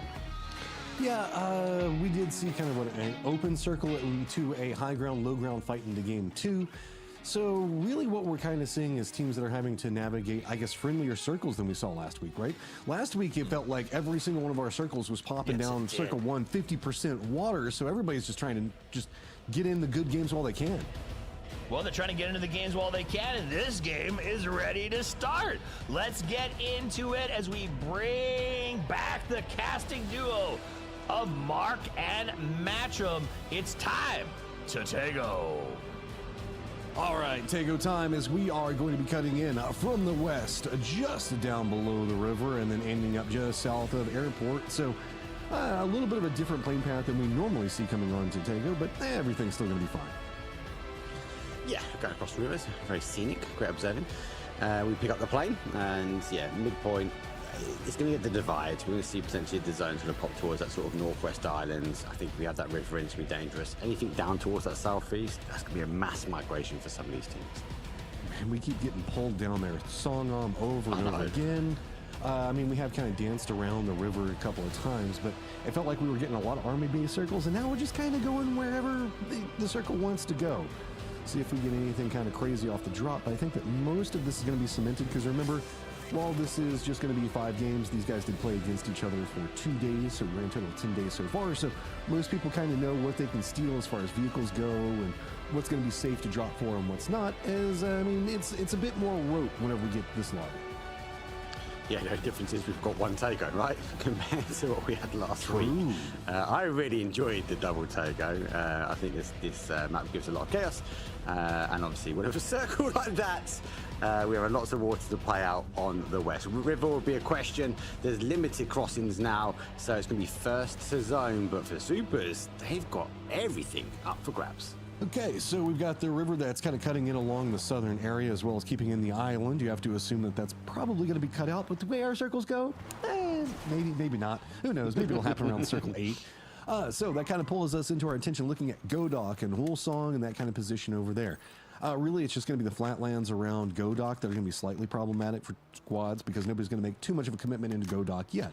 Plenty of hillsides, plenty of coastal positions that can also kind of be played if situations get too bad. And while, yes, this does allude to the fact that, oh, there's only a couple of bridges and the river's like right along it, so there's going to be bridge camps. There could be, but there's also like ways to rotate very far over to the east, go around Shipyard, kind of like what MiTH's doing. So a lot of things still on the table. It's really just how fast do you want to try to rotate to get into the circle, because the longer you wait, the more it's going to be gate kept. Yeah, and that's sort of crossroads, that compound that sits on the east side, the west side of that crossroads. I think for me is going to be key. We see obviously who's looking to try and get that already. They've got a bit further. It's going to come back down to that early rotations. You mentioned MiTH already going up by Shipyard, so they're going to try and rotate on that sort of north army base coming in. NMSS doing the opposite now as they come across the bridge on that southwest side. We get a highlight reel. Perpetual Roads win, and I get a real insight actually how difficult this bowl is to play and how many teams they have to hold down. I mean, this is one of the reasons we talk about the advantages of high ground, right? Is look at the other side, which you kind of have to work around. This is just such a great push coming up from NAVI. Just instantly charges it. You can see that Twisted weren't really expecting this and we're trying to set up for a later defense that were happening. Petrichor Road, whenever they time things out well, are so hard to handle. The issue then comes in with their consistency is they don't always time it out right. And so whenever they go for these power plays, they just put themselves in really bad pinched positions and just kind of lose too many players just trying to get to here. Yeah. Difficult position hold. I like the hold. I was in their closeout on Twisted Minds. They're unlucky and unfortunate. Obviously, they run. They try to get around that sort of ridge line. But looking at now, all sense, good hold. Coming off the high ground and for the coach. The positioning was right. He's pretty much on the dot. It was a matter of time before they could go for the closeout, but they had to manage these fights one at a time and get rid of the arena before they could close the game. I mean, the arena making in the later stages, that's good to see from the guys that did so well inside the last week. Other side of that squad that I keep talking about for being so consistent, VP not finding much consistency at all today. Is a lot of squads now going to be using emergency pickups. Most notably, we're looking at Vitality and DK to try to leapfrog over the river. Not the worst of calls, and also could put them up against the coastline. We still have a ton of squads not really making too much of a move for the circle yet. 17 looks like they're going to be coming in pretty much due east. Twisted's going to be just the east of that. Then we've got Falcons and Sharper that have kind of stopped off next to each other. Thunderwat's kind of looking at Falcons. I don't know what's going on over here with this one. As I was caught up looking at the replay. Petrichor Road as well as Full Sense and E-Arena all still in a looting phase, so no rush on circle. Yeah, I felt like Sharper's having the initial shots towards and holding out. Falcons, Strimsy turns, enable the whole team sort of cuts loose and forgets about the rotation. Early point for the Falcons as they will get that confirmation. They can hear the car rotating around on the south. Thunders is going to be there. Kicks looking to try and get that confirmed. That blue chip is just crawling away from him ever so slightly. Hey, it'll be fine. Thunders, where is he? You want to get too involved in this? Sharper looks like they're making more of a commitment. They're actually bringing Earth as well as Jedi over here. Thunders is kind of trapped out as well. I think it's just to try to see if they can secure this. So, oh, big damage. Just any tap will be enough, and Thunders goes down as well. That was Tiggleton, I think, from the high ground. Confirmation done, though, from Strimsy, and gets the flush. Thunder is blown aside. They're waiting on Earth if he can try and do anything. And for Sharpers, at what point do you cut loose? Like, you've got to cut your losses at some point and get to the game. Dangling him around for the rest of Sharper, saying, oh, you want it? Come and get it. And every single time it's worked out well for him. So there we go. Finally, I think that the bait is going to be pulled away. And Sharper, do you continue to go for any of these blue chips or anything else? Or you just head for the hills and call this good? Because Jedi is still just watching. Earth is hopping in a vehicle. It doesn't look like he's pushing to the south. I think that with Falcons going more to the circle, that they're hoping that maybe they can pick up the blue chips and get their players back. Yeah, I think that was a play there. I think you're right. And they've gone across to get the blue chip. They're going to have to try and get the other. Maybe Gustav sits in the wings and just waits for them to come back. Maybe they leave one blue chip with the hopes to get one body back up. Nemesis, early rotation over towards that southwest bridge. They're now positioning themselves up by that recall tower, taking the compound, and also being blessed with a sea of loot coming down. Melman, level 3 helmet and vest, has now put Delwyn in his line of sight to make sure he puts some distance between the two teams. This is going to be next to the Godok fields down to the southwest of it. Team Liquid looks like they're going to be getting a foothold right into Godok. 17 is going to be pretty close to them. VP just to the west of that leading into the field. So it's going to be JD Gaming, Supers, Nemesis over here right now. TWIS is going to be coming in just to the east of where we saw Team Liquid at, but they've got this little bit of a hill position that they can kind of look through with the compound on it. They might call this good, or given Twisted Minds mindsets, you know, get to the high ground, get some vision on what's going to be going on in the circle, because this does give you a lot of an idea of what's happening inside the fields to the west, and that is kind of our focal point right now. What Wolsong and kind of the road leading into Godok, not going to be too popular just yet. Instead, it's everybody just kind of playing a bit of a safer spot, waiting for this next circle before they make their jump. You're right. I think everyone's just waiting for this next jump, right? The muscle memory in me, the casting memory, we're like, well, he's going to pull back towards the east mark. It has to give up the water. Things have changed. We'll have to wait and see. Anyone's legend, they look for the bridge count. They let one car go by through. E-Arena's had a good start to the day. He's spun out. Delwyn looking for the confirmation, but he's been left. He's been wasted as the rest of E-Arena keep going past. And Nemesis is just on the other side of this. This is E-Arena full on just held back. Gauntlet both sides. So anyone's legend, high ground, vision onto them, 1 point, Nemesis to the north, and E-Arena just doesn't have any options. They just keep trying to bully their way up into the north, and it's going to be continual harassment as they go. Trying to use the coastline for something. Circle has popped, does lean into this position, but Diffex already moving, looking to see if maybe he can cut off E-Arena's pass. That's why no one's committed just yet. We're holding on to the water. We go west again. E-Arena, again, hope they can try and lock this one down. As you say, Nemesis working into a position to try and capitalize as well, because they are going to need some points. Twisted Minds on the adjacent side, out towards that west of Godok. They have to get migrated, as they will now try and thread the needle past JDG. But for the guys who already set up, it's going to be Supers. Open things up with loot. It's all right, Cole. You already knocked somebody out of that car. It's okay. You can let that one go. He's very committed in. All right. So JD Gaming, they've got VP just to the north of them. Here's the cluster that's starting to happen around the fields. To the east of this, you can see that Supers are trying to regroup with one of their players kind of rotating down into the south. Team Liquid's going to be right on the edge of the zone.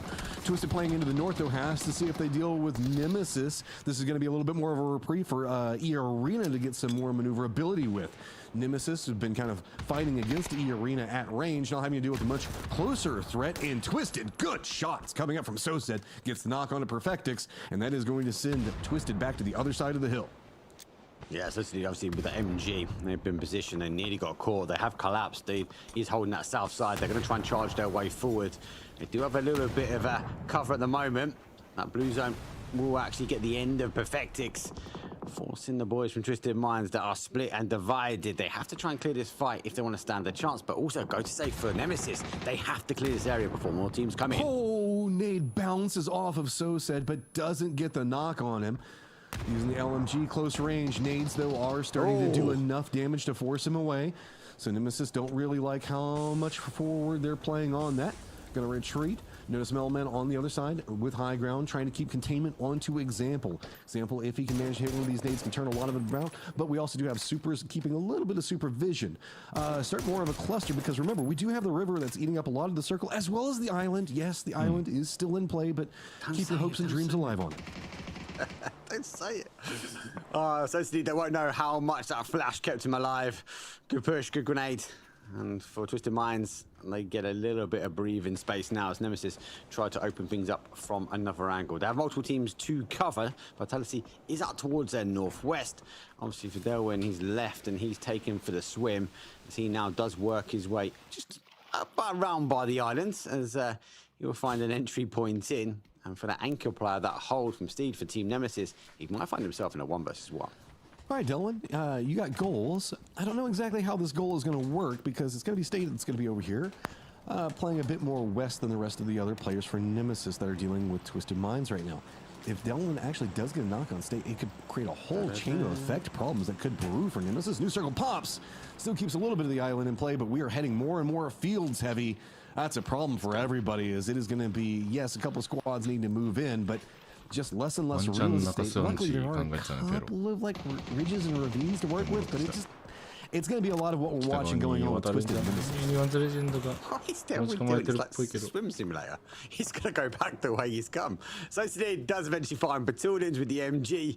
He's got enough ammo to spare. 17 gaming obviously rotating through the zone, shifted back towards that southeast corner. So as Matt said, we still have a large amount of water in play. Nice hold, nice trench position here for Nemesis, but only one kill has been committed. He's looking for that confirmation. Now finds Nemesis up onto 2. Oh, the trees are alive. You've got to be careful if somebody's waiting to take the pot shots at you. As examples, just hoping the fact that maybe somebody else will get involved.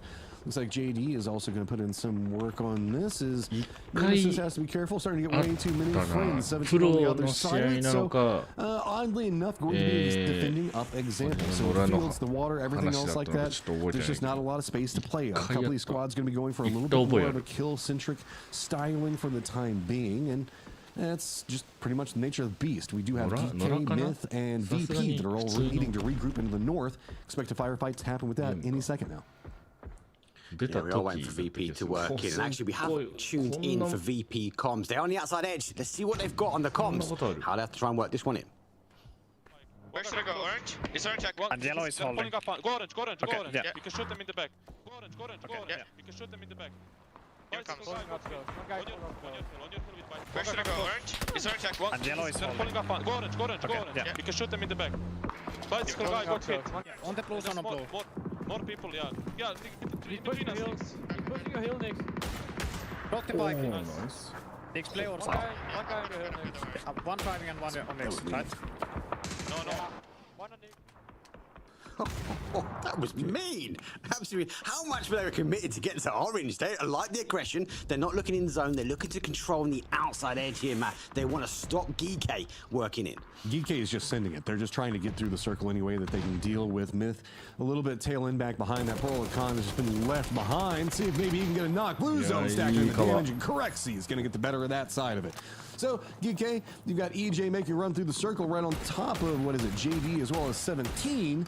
The field外側の大将いいね。 It's going to be next to Vitality. So we still have 17 right on top of Portal example. Nemesis on top of him. Let's go ahead and add EJ into the mix. Everybody trying to avoid out that whole field situation. Petrichor Road's going to be regrouping after kind of running across the bridge next to Anyone's Legend a half circle ago. So they're going to be waiting externally from that. This is just not enough space for most of these squads to play. It's time to just fight, and Myth realizing it as new circle pops and it moves to the fields yet again. Well, we give up the water. Delwyn, he's sunk, and for teams obviously applying pressure out towards the other side, they now need to refocus. Compound, as we mentioned very before, Supers obviously has locked that one down, so in a good position. Team Liquid find themselves in the corner, a very well played position. So interesting to see what Falcons will do from there. Vitality now on the outside edge, as we see them make the call. Like a BRDM, it's on their way. Using a flare. I don't know if that calls in Panzerfaust Levante. This man's been, I swear, he's got like 50 of them on any time. I don't understand how he managed to make that weight work. Okay, VP, it looks like they're now going to be trying to keep out Myth on the other side of what Vitality is going to be forcing this to do, but I think that Myth has got themselves a little bit of a valley line that they can play. That's going to put them very close to 17. And remember, 17, Twisted Minds, Nemesis were having to burn a lot of nades inside of the firefights with each other. So I don't know how that's going to leave their economy as the circle keeps pulling more and more this direction. Anyone's Legend doesn't have any options, so they're going to hop in vehicles down south, roll right on top of Petrichor Road, right through kind of the thick of it all, because where else can you really go? 04 gets a knock on a one, Ming Ming gets another one, and Anyone's Legend just going to collapse because, I mean, if they even manage to make it any further forward than that, that's just going to be a Fields and Crossfire galore. Yeah, Shelby obviously does find the final blow, but good hold. Petrichor Road, obviously the rotation in. And he was sort of dancing around on that south side of the arena on the adjacent side. Wimbo finds EJ. On a solo. GG's. Yeah. Pinpoint accuracy, mortar fire. That's what you want to see. That was a statement in and of itself. Like, we are a little tired of dealing with you, so that does open up more sight lanes for 17 and eyes down to the field. All right, but they still have an example that's like, what, 20 meters away from him? Much bigger problem, in my opinion. depends on as you say, the economy of scale. How much utility does Example really have? He's been expelling quite a bit, and there comes the expel. Kiss looking to try and make the charge, though. They are breaching in towards 17 Gaming. 17 Gaming cutting loose, and now they kind of rotate away from this one, and the pressure also being applied from Beamy as Nixie not too far behind. Don't necessarily blame 17. They've been fighting for a while. They're instead going to jump away from this one. MiTH trying to cut a path into him. They also spotted out VP going for something similar. So throw yourselves out of the frying pan and don't jump into the fire. Instead, see if you can make some type of safe landfall. Vitality going to be moving back behind that. You can see them on the mini-map there, hopping inside their vehicles. Oh, grenade. Nade, bounce. Ooh, right in between it all. Scappy, can you get one to go a little bit further? Nice to see. It was more of a line-up on that first one. Diffix does get confirmation on towards Kiss. So for MiTH, they're down to a solo player. This feels destructive around this area. Example, still alive as well. Vitality looking to try and climb some high ground as that BRDM has made it to the ground. That'll give them a potential, an opportunity just to kind of drive through. Scout ahead as we wait a couple more seconds before we see where phase number 5 goes. Oh, where are they going? It feels like it's on the 17 line. Oh, right. わあ、いいアリーナ、DNS でっかいな。集落。守りきれるのか。That's pretty centralized, not as good as, it's kind of off-center what we see going on from Petrichor. So, eyes over to the east. We're going to have Team Liquid Falcons going to have to make the move right along where Supers are holding down inside the compound. Down the south, full sense. Uh-oh. C4 as a solo. He's going for the C4 play. He's going to roll. これあるぞ、ある。何個。He's going to try to take them all down with him. Can he get the explosion off of it? Boom! My God! Scappy finds a ton! It's a full run from Scappy, full suicide, and he knocks out 1-2. Xiaowu left waiting, only 2 kills, but his team has been annihilated. Scappy, I mean, I love it, dude. That is, okay, making the best of a bad situation. JD Gaming, you in some trouble. VP, high ground back behind you. Falcons trying to push on the other side of it. That's a very terrible pinch position to be whenever we look at the fields. The only benefit is Scappy actually blew apart Vitality in 17, so now nobody's defending the other side of the field. Mixed blessings, I guess. Yeah, there's blessings, there's advantages, there's disadvantages. It was a good watch from my position. I was waiting for him to jump out, but he committed. Matt. A bit like Melbourne, he's committing, and they will find team the opportunity for Twisted Minds to fall. Other teams will try and step up, though. Virtus Pro taking hold of the hold. As for Falcons, now have to leave their position as they send it now in towards zone. Oh, nothing feels good. They don't want to jump into the fields just quite yet. Full Sense is making a push right into Petrichor Road. Looks like they are going to have a little bit of a self-knot going on over there, but a lot of assistance from the outside of it is Full Sense is going to get eliminated. Petrichor Road going to continue to hold that down. E-Arena now has more of a leapfrog position that they're going to be playing from the south.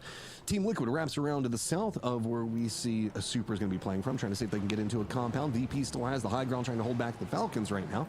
Falcons, while they have this ridgeline road to play for a little bit, they're a bit nervous about it because they know that somebody's inside this compound over here. Are they going to make it for the sin for the compound or full wrap around? Looks like they might just be going compound-sided, and they're going to be running in.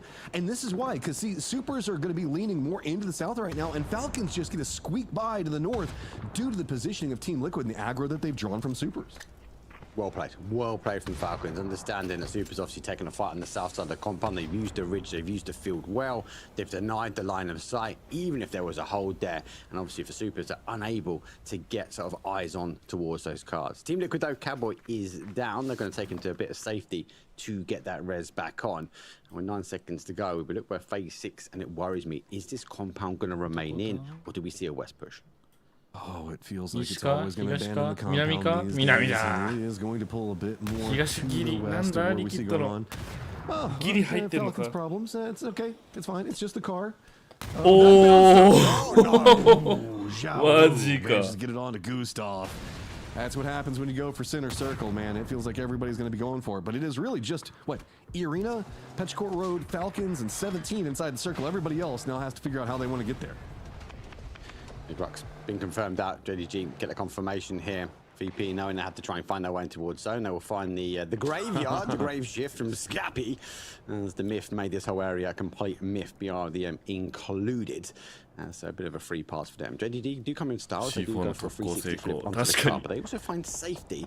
Well, they might not have factored in that Crexy is still waiting in the wings from the high ground. 去年の PNC じゃないかな。デンマークがやったやつが一番の成功例だったけど、あれ以来かも。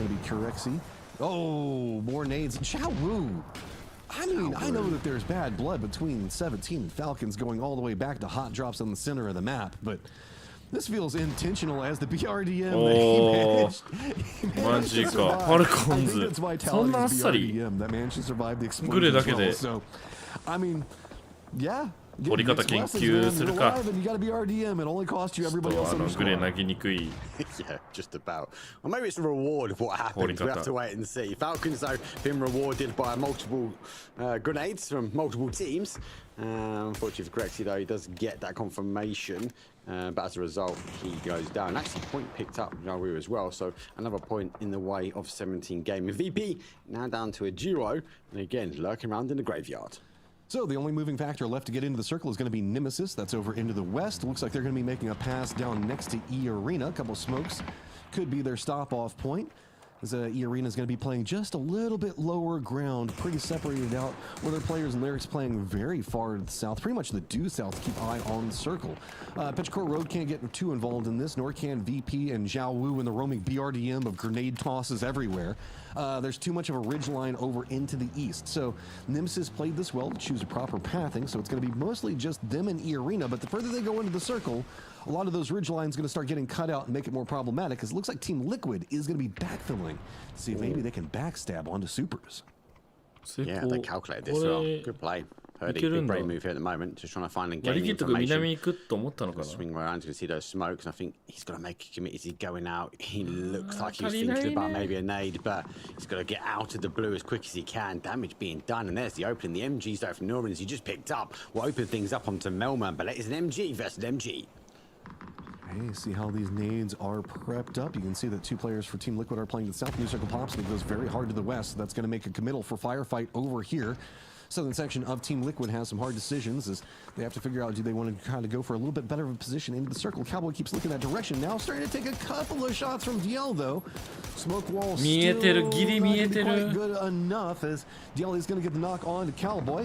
VP going to use his opportunity to try to stretch their legs into the circle as well, but that's going to be more along the line where Nimbus is going to be playing the northern section for E Arena. Take the shots. Nades now starting to come out, and a couple of shots also being exchanged between the northern section for Team Liquid.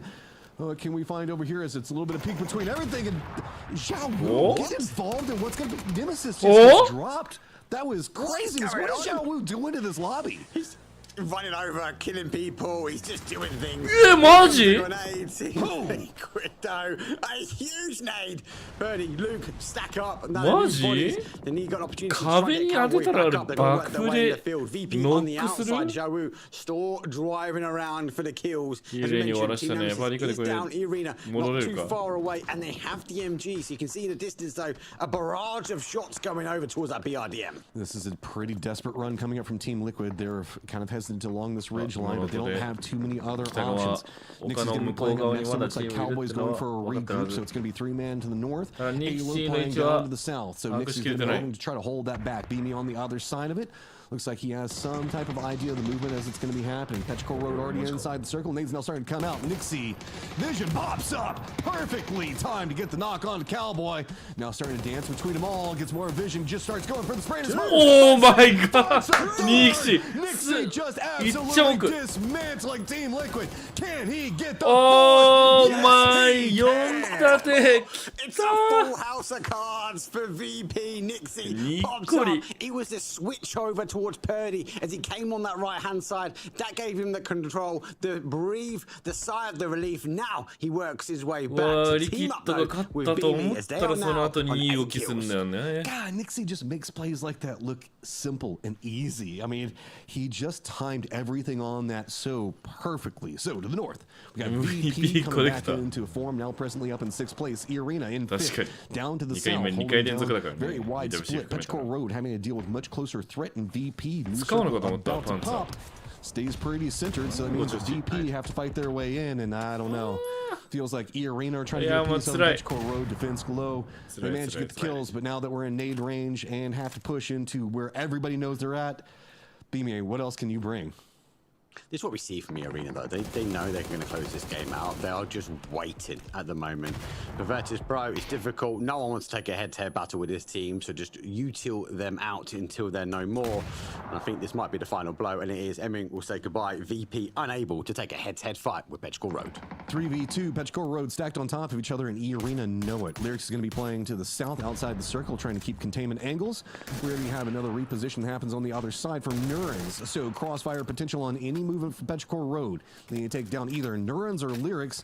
Opan's going to be the center man for E-Arena right now, as all control feels like it is in the favor of E-Arena. Petchcore Road, though, pretty close to the center of the circle. They've got a couple of crates that they can play for cover, as well as a hillside if they need it. Also got these rocks that are just kind of bouncing between, and all the cars tattered around in the explosions, the smoke, flames. How are you going to play this one? It feels like these smokes, once they start dissipating, they're going to have to just keep chaining them down, or they're going to be in trouble because of these crossfires. Well, both ways. Petchcore Road, we talked about that consistency before. If they can go back to back, that'd be huge for them. Maybe securing their spot, should we say, as we are coming over towards that halfway point. It is only a best of 5 here. Smoke starting to dissipate. I mean, we'll try and put one up, try and deny that MG line of sight. An opening knock for them will put it onto level playing fields. And as you say, they've got the center zone. That's in their favor. Okay, bounces. Oh, a bit short. The tree is getting, I am not certain if they got too involved in it or not.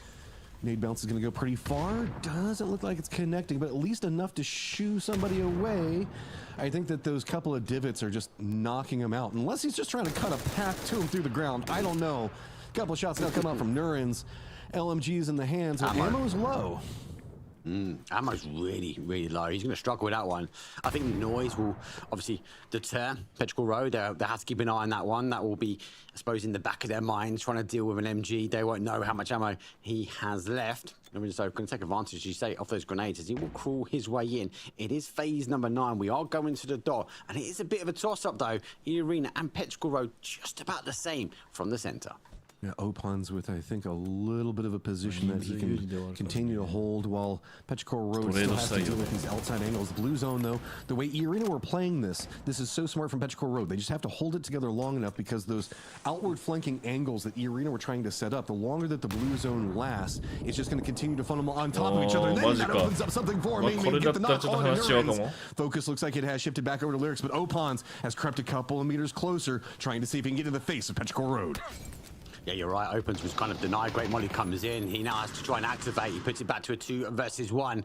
They have to try and close the gap. Opens, yes, he had the circle, but for Petchcore Road, they tied it up really well. Now they need to get another knock. They need to get another opening here as we go into the final seconds of this game. For which side of this are you going to opt into playing? Go for center dot or go for the control angle around the other side? Doritos, no cover to be had. E-Arena managed to pick up a victory very cleanly and smartly played. Yeah, great play from them. And look, there was line of sight, though. Petchcore Road played it well, potentially for a back-to-back.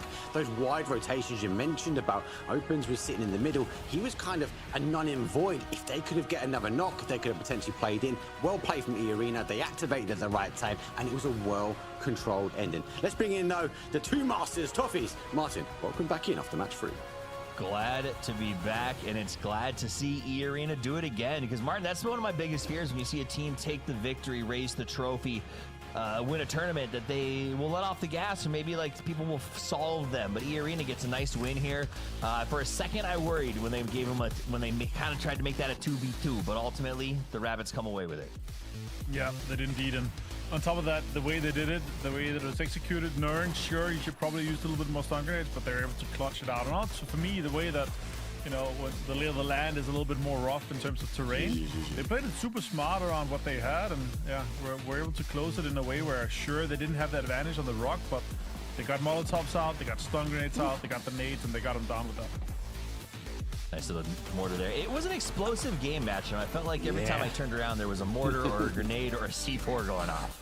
I was about to ask, what was the best play inside this game? Was it Zhao Wu just finding nade upon nade after stealing a BRDM because his whole team got blown up from a C4 from Scappy? Or is it the Nixie clutch there at the end, knocked down all of Team Liquid? This is just a lot of very stellar plays. We were talking about superstars a lot last week, and it feels like we're seeing these players realize more and more opportunities, and if anything, more superstars on the rise.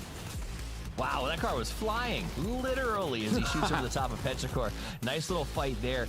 But in the green room, and I think here's a nice little spot. Falcons, I don't know what they put on their shoes to attract magnets to that, or grenades to them today, but it was wild. All of them wiped out by grenades. But at the end game, we saw Liquid make that play. Nixie, ultimately, here it is. Liquid plays a good job. Purdy goes in and makes a nice move here to shut down Soup and probably qualify them for the final. And then Nixie, the king of kings, the peak master himself, dips, dives, and dunks on Team Liquid. And when that happened, Martin in the back, and I'll get you guys' opinions on this, says that's Nixie, the best TPP player in the world. And after watching those peaks, it's hard to argue with. What do you guys think, Matchroom? How many MVPs you got to win in TPP before we say it? I agree right now, right? 5. Yeah, Mark, you like his style? You can't take it away. Look, he put so much time in when the change happened. Right? He was online, he was streaming, he was trying to break it down. He done streams explaining how he can get away with things in TPP versus FVP, and as a result, he's bagging MVP. So well played from him. TPP King, that's Nixie. You know, and he said that in the EWC interview when he got that MVP. He said the grind worked, and he was really like emotional about it, because that's a big commitment, Martin, for these guys to make when the transition comes over, to say, I'm going all in, I'm going to grind it, I'm going to learn it, I'm going to remaster it like it's something new for me. And I think of all the players who did it, Nixie truly embraced that process. Another man of the match for the man himself. And actually, one of my favorite quotes from him was said to me and EB and him, we were going for a walk in Paris for a little ice cream, a little gelato.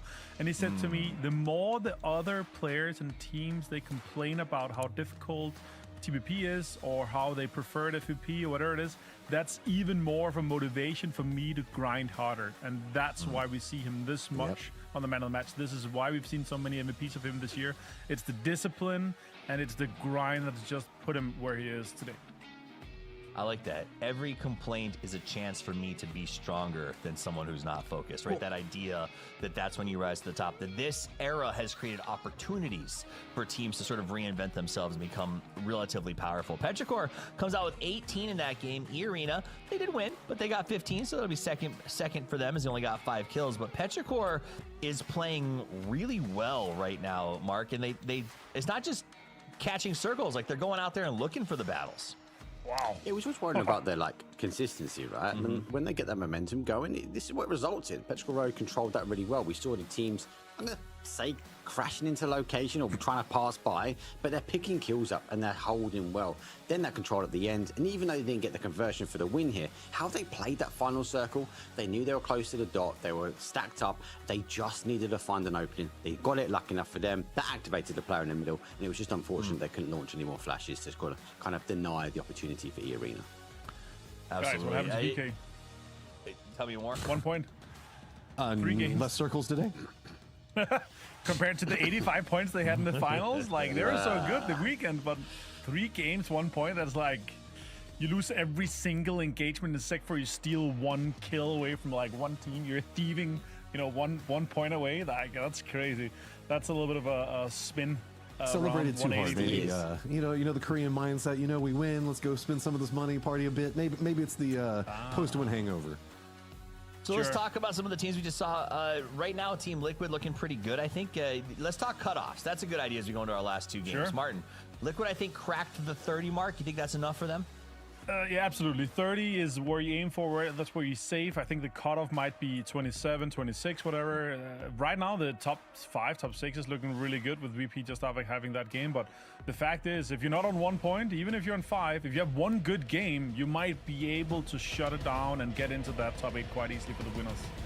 Well, your chances to have one good game are ending rapidly as we move to map 4 out of 5 in the winner's stage. At the end of this, the top 8 advance to the final. The bottom 8 go to survival tomorrow. This is the time. This is the place. Let's get ready to rondo as myself and Martin bring you the action.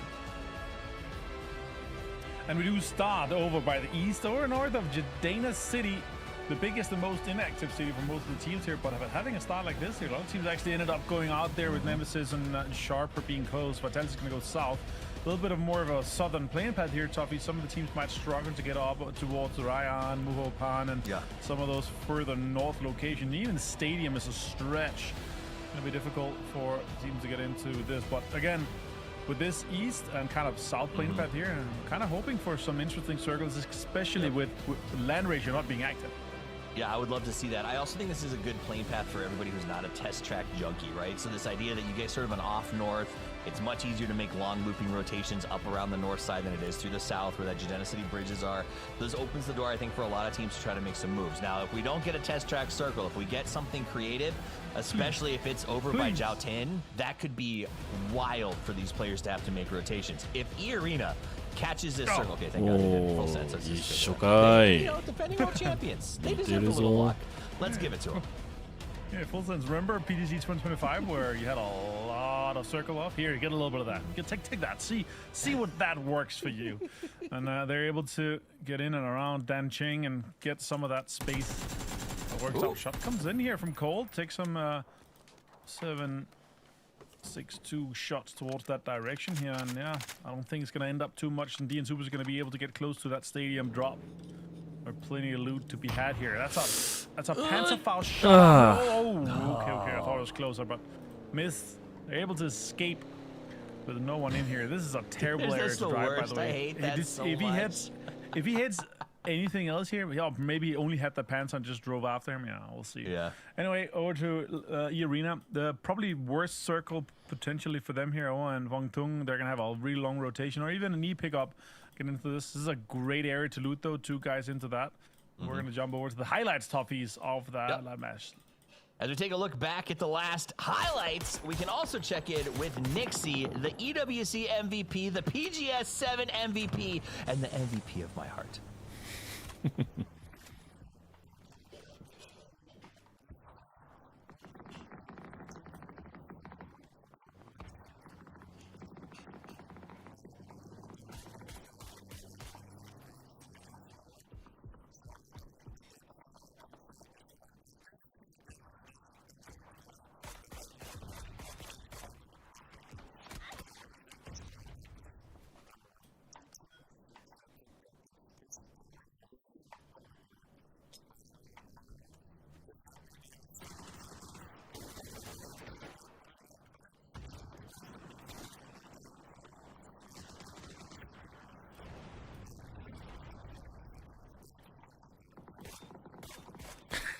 Everything's on internet.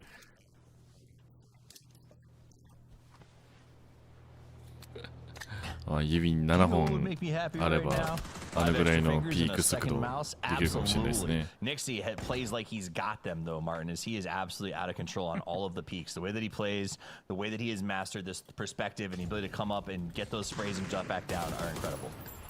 Yeah, absolutely. As we see the E-Arena clutch towards them, get Petrico Road down here. But still, Petrico Road having so many kills, so many points, able to get the most out of the game for this last game.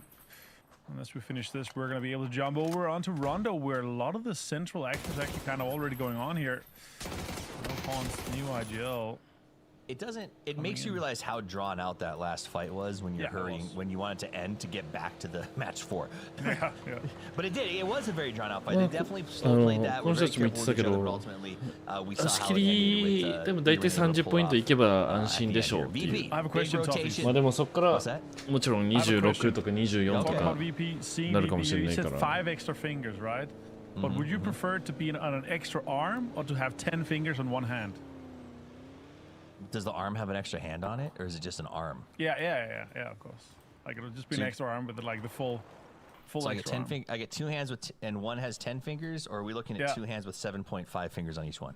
I know one hand has 10 fingers. Okay. And the other one has 5. Or a full third arm that's just fully functional and 5 extra fingers. I would take the 10 fingers because I'd finally have a hand big enough to adequately slap Poro. Exactly. And also, I would have 10 fingers and I would be the best PUBG mobile player in the world. Because imagine how many shortcuts you could have on that setup right there. Or, you know, if you have it on the left hand, you'll be able to write on your keyboard without moving anything. Anyway, thanks for that excruciating thought, Nixie and Lindsay. Fantastic setup for an interview with those two, with those names. I love that. 片手に指10本あった方がいいのか、3つ目の腕でそのまあ不自由なく使える追加の腕どっちがいいですかっていう質問に対してトビがいやまあ。指10本ですかね、一つの腕で。まあ、そうすると、やっぱり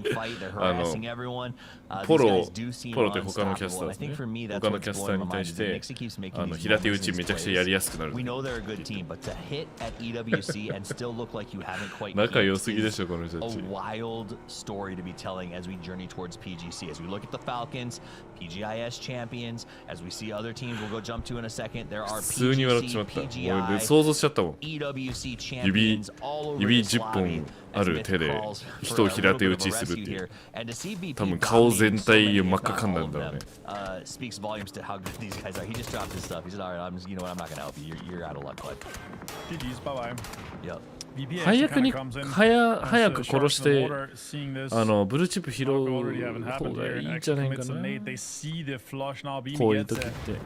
And that's going to be MiTH a little bit stumble on here. MiTH, sure, they're 5th right now with 25, and they know that in the next 2 games they just need like 5, 6 more points, and they're going to be considering that難しいからさ、最初。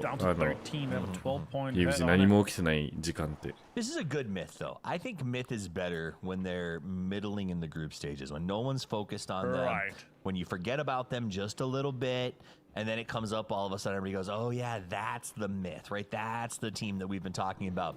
What strikes me with MiTH right now is that Jacob has not been living up to the hype. I don't know what's going on, but it feels like Jacob has been calling, but a non-factor in a lot of these fights. これ後から言われるんじゃない？ Step up and turn up as we see MiTH going ahead to get their res. Hopefully, no, because they didn't get the token. They got chased off of it, right? 不意に言われたから超おもろかった。 But we are probably going to be able to hear what Liquid has to say about it, as we might have a comms check-in as we see them on the southern side of this map. Over DMR, Herdela. Both of you guys go above the bowls and start scouting. Get ready to flex to orange for like northeast info on pop as well. Yeah. Guy in orange driving around. Okay. Orange coupe. There's people on the north side hill. There's people in OP bowl 1. Okay. これめっちゃいいよね、英語の報告したときに日本語でもよくあるけど返事してって言われるよ。返事してって聞いたかどうか聞こえたかどうかわかんないから。で英語は heard 聞いたっていうまあ直訳すると聞いた。でもなんか日本語で言われるとなんか気悪いなみたいな感じになるけど、英語で別に言っても聞こえたんだねっていうなんか了解みたいな。了解って長い。了解より heard もう1回で。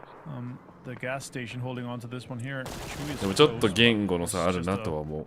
Get in and get out kind of situation here. Yeah, I'll take your time. This is mine now.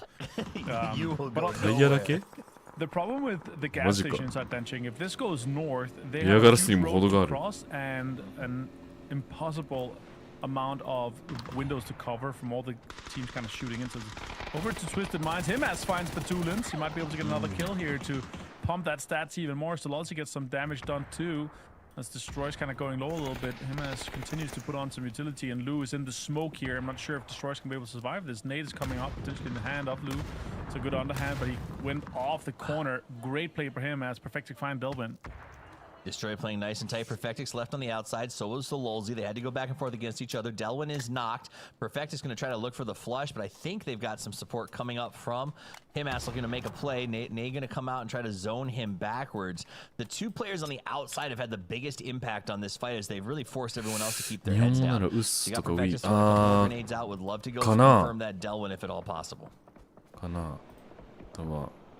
Back to the fight inside the warehouse. Lou trying to deal with this situation. Destroy has been a real problem for them as they're smoked out of their minds. Perfectus does ultimately get the flush on Delwyn. Lou has to duck back in as the nade goes off. Destroy tries to fall backwards. Example with the pick on Sololzy. And it wasn't even like an easy pick. That was a quick peek over the smoke, gets the drop, and meanwhile, Falcons smell blood.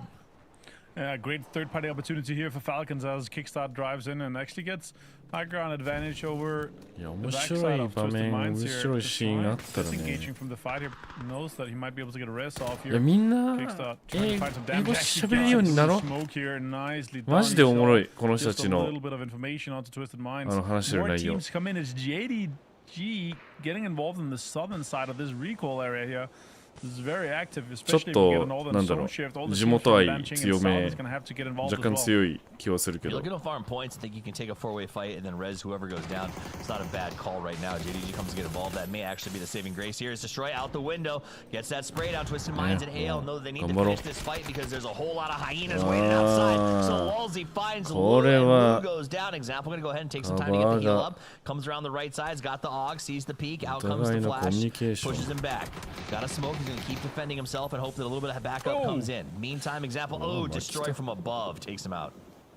That's a great peek from Destroy. Getting so much damage onto Twisted Minds. The circle went north, and look at all the teams trying to get in there. Team Liquid, DN Supers, Vitality backfill DN Supers now, and all the other teams trying to get involved from this one here. As Destroyers get this flush onto it. Ming finds pretty Curdy on the rotation.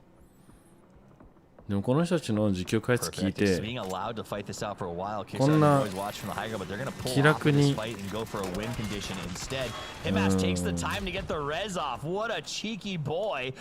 と PC ではもうあんまり見られない人だけど、新一郎さんっぽい。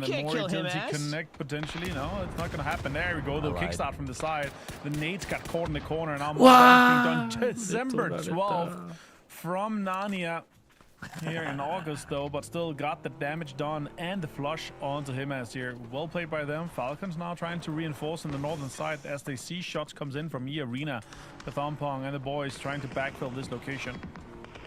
Vitality on the send, Liquid in front of them as they try to make this move around, taking fire from the distance. Liquid already sort of in position. Here comes Vitality on the other side of the hill, and now we're splitting it. Can Cowboy get a good nade up over the top? It would have been great if it got timed, but it looks like Cowboy thinking he might just dig in. I think there's actually a debate on, do we push this? Do we pull people in from the right side? Sounds like they're going for the fight. Fight at the Mesa. Yeah, Cowboy has some information. Heard multiple. Probably doesn't know who it is just yet, though. Diffic's gone down as Kiss is getting more involved with Nemesis. And the edge of this southeast circle is getting heavily active. Scabby also getting in, and Myth being full 4 is very important for this one here. Sosa's actually disengaging completely, leaving Nemesis just one man standing. Songjiang at that full sense, but we're going to jump over to Cowboy and Team Liquid here as Vitality. He has a great angle. Gets some damage done here too, but there's some really close action coming up. Hello, my bad pushes with M249. Great push. Cowboy knocked down up over the top. Comes the rest of the team. Halo actually got a mortar in during that fight. Double knocks coming out. Luke 12 up over the top. Gets that knock on Gedrox, and the damage is fast and furious. Meanwhile, Myth is taking the fight with Nemesis, but this isn't over yet. Big time grenade up over the top. Sky burst drops him low, but it's not enough. They're down to 2 as Luke 12 decides, do we want to make this fight or not? Halo is farther back, so Luke decides maybe it's time to pull off. Another mortar strike is coming in. It should be targeted pretty well. We jump back over to Supers. Wow! They get a good nade out, and on top of that, as soon as it jumped out, another mortar. Everyone's firing explosives at Vitality. Oh my god, and then December 12th finds Quizzy too. Vitality out in 16th place. So unfortunate. Guys had a great spot to lock down, but they got backfill from that position, especially with Supers and December 12th being involved. When both finds Flash as they drive by here. Tanawat finds Baron with a mortar as well, and the Flash has been confirmed here with Full Sense losing a player. Yeah, it is definitely a game about mortars than Leicesters as they get a whole lot of shots, really nice plays, and it's having a huge impact. Let's jump in on another mortar shot as yet again we keep setting them up, grinding them out, aiming them just right, and VP says it's our turn to use the boom tube. So yeah, it looks like a play for position here. There's a lot of open space here. If they can set up a mortar side by side just a little bit here, it's going to work out nicely for Corexi. 600 meters out. シーチに対して打ってるっていう気もしなくもない。 Twisted Minds and 17 is. Let's see how this ends up going at here. I don't think it's a direct shot towards 17, more so a shot towards the center. I thought he was being going to blow him up, but apparently he's being strategically creative. Go figure. Virtus Pro probably why they're richer than I am. Yeah, you know what? They might get richer in terms of kills too, as they are doing a little bit of a pull-up, maybe a drive-by, some action here onto the arena. So let's find Scabby here as Nemesis trying to fend off more. And Nerdumps just Sosa and Melman. A rough situation for them. December 12th goes down as well. This is a huge pull-up here. VP finds Larix. Nerns goes down as well to the Beanie. Third body. You know, I think they thought they might sign someone at the pull-up, and instead they found themselves surrounded at the pull-up. As the arena does get a nice play, Opons does finish off, get that knock on Beanie, and ultimately open the door for VP to go down. But Lil Ghost and 17 Gaming are out here trying to find kills where they can. VP is eliminated with help from almost everybody on the map, it felt like, as they pulled up and just got shot down. Falcons is a really good spot now, locking down that northern position here. They have players on both sides, the road leading into this pseudo compound here that's very open here. Oh my god, that's a great mortar from Tiggleton. Wow. Gets everything that's remaining onto the arena. And the bleed out to Beamy 2. Trigonometry hits once again. Jeez, man. That guy knows how to run mortars. And he does, look at him, his face isn't even... I would hit a triple mortar and be like jumping out of my skin in excitement. Tig's like just another day in the office as he preps himself up for the next play. They got a good edge position. They're watching everyone. And you know what? Why not, Tig? Let's set up another one. 3 shells ready to make some plays. Lining up. Calculating. Calculating. Calculating. Going to he drops the mortar. It's a guaranteed kill, right? Always is. Yeah, it looks like full send direction-ish. So, yeah, let's see where we do end up going here. This is a great corner, actually. If Luke can maintain control of this area, it might work out well here. We do go somewhat center on this next zone here, Toffees. Yeah, the eastern side with JDD, Nemesis, Sharper, anyone's legend, Twisted Minds inside the compound. Probably Nevillebeak is going to have to be pushed out, but if Falcons can control and fight for this northern position, where 17 eventually is going to be coming in here. This is going to be a great game for Falcons. 4 kills already.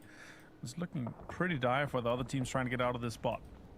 All right, we got to go back to Luke, who has been playing salvage. Had a big fight over here earlier. Everyone got eradicated. He is the survivor who's holding close. Alo covering him from a distance. Petrichor has filled the spot that Vitality was basically, as you can tell, nuked into oblivion with mortar on mortar on mortar and nade. They're going to be able to grab this hole. It's actually a pretty solid spot after all the work that was put into it and all the deaths that were had.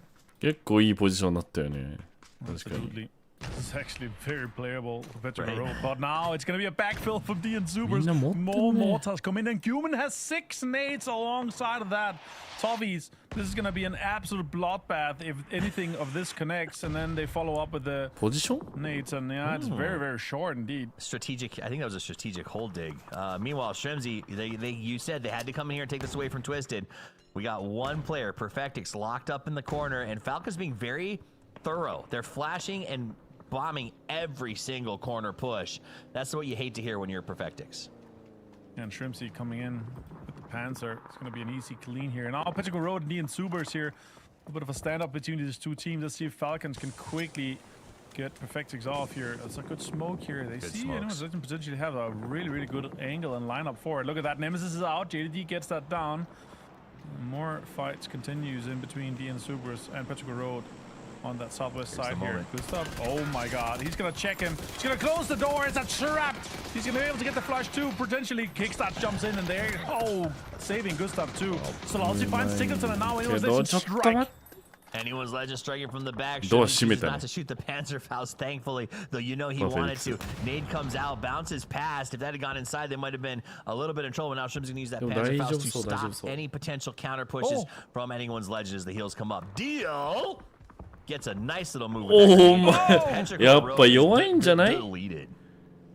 Straight back to the lobby. Welcome to the top 60 and Supers. 5 kills in this game now. 手前で穴開けてそこからグレン投げる準備したのかな。 Quite the play from this southern side here. They're gonna have to hold Sharper off and then potentially eventually kill GK. But GK has 3 kills. Their best game so far, and it's 2 kills. Dude, Soup missed that like short mortared so he could get in range to nade the crap out of him. That was awesome. When you've got 1 or 2 mortars, you just set up a forward position. Super smart. No pun intended. As they come out with that, Geeke in a corner. What'd you pay for that, Geeke? Looks good. Yeah, this is gonna be a DN Supers game, no? If they can fend off Sharper, they have the whole south side ridge. They can just TP peek everything. Luke finds Akan, and Geeke is trying to set up shop here in the western side. Pressured by Team Liquid. Let's see if Luke can get a confirmation on Akan here. I think Geeke is gonna have to lose this. There's a blue zone 2 damage done. It's gonna be really difficult for Geeke to get that res on him. You know, it's been a great salvage game so far from Liquid. They lost 2 against that Vitality fight earlier and have managed to claw back and at least continue to pull some points in and more importantly survive. But here comes Thunders from behind. He stabs into Soup, who's in such a good spot forward. Nice little move to open the door. The nades come out in response, however. Heaven not happy about the Sharper push. Gets Thanawath. And now Thunder's going to try to just charge straight in, Leroy Jenkins style. Can Soup defend? ちょくちょくネットミームわかんない人たちにわからないネタばっか使って Oh, on the edge, Rex finds him.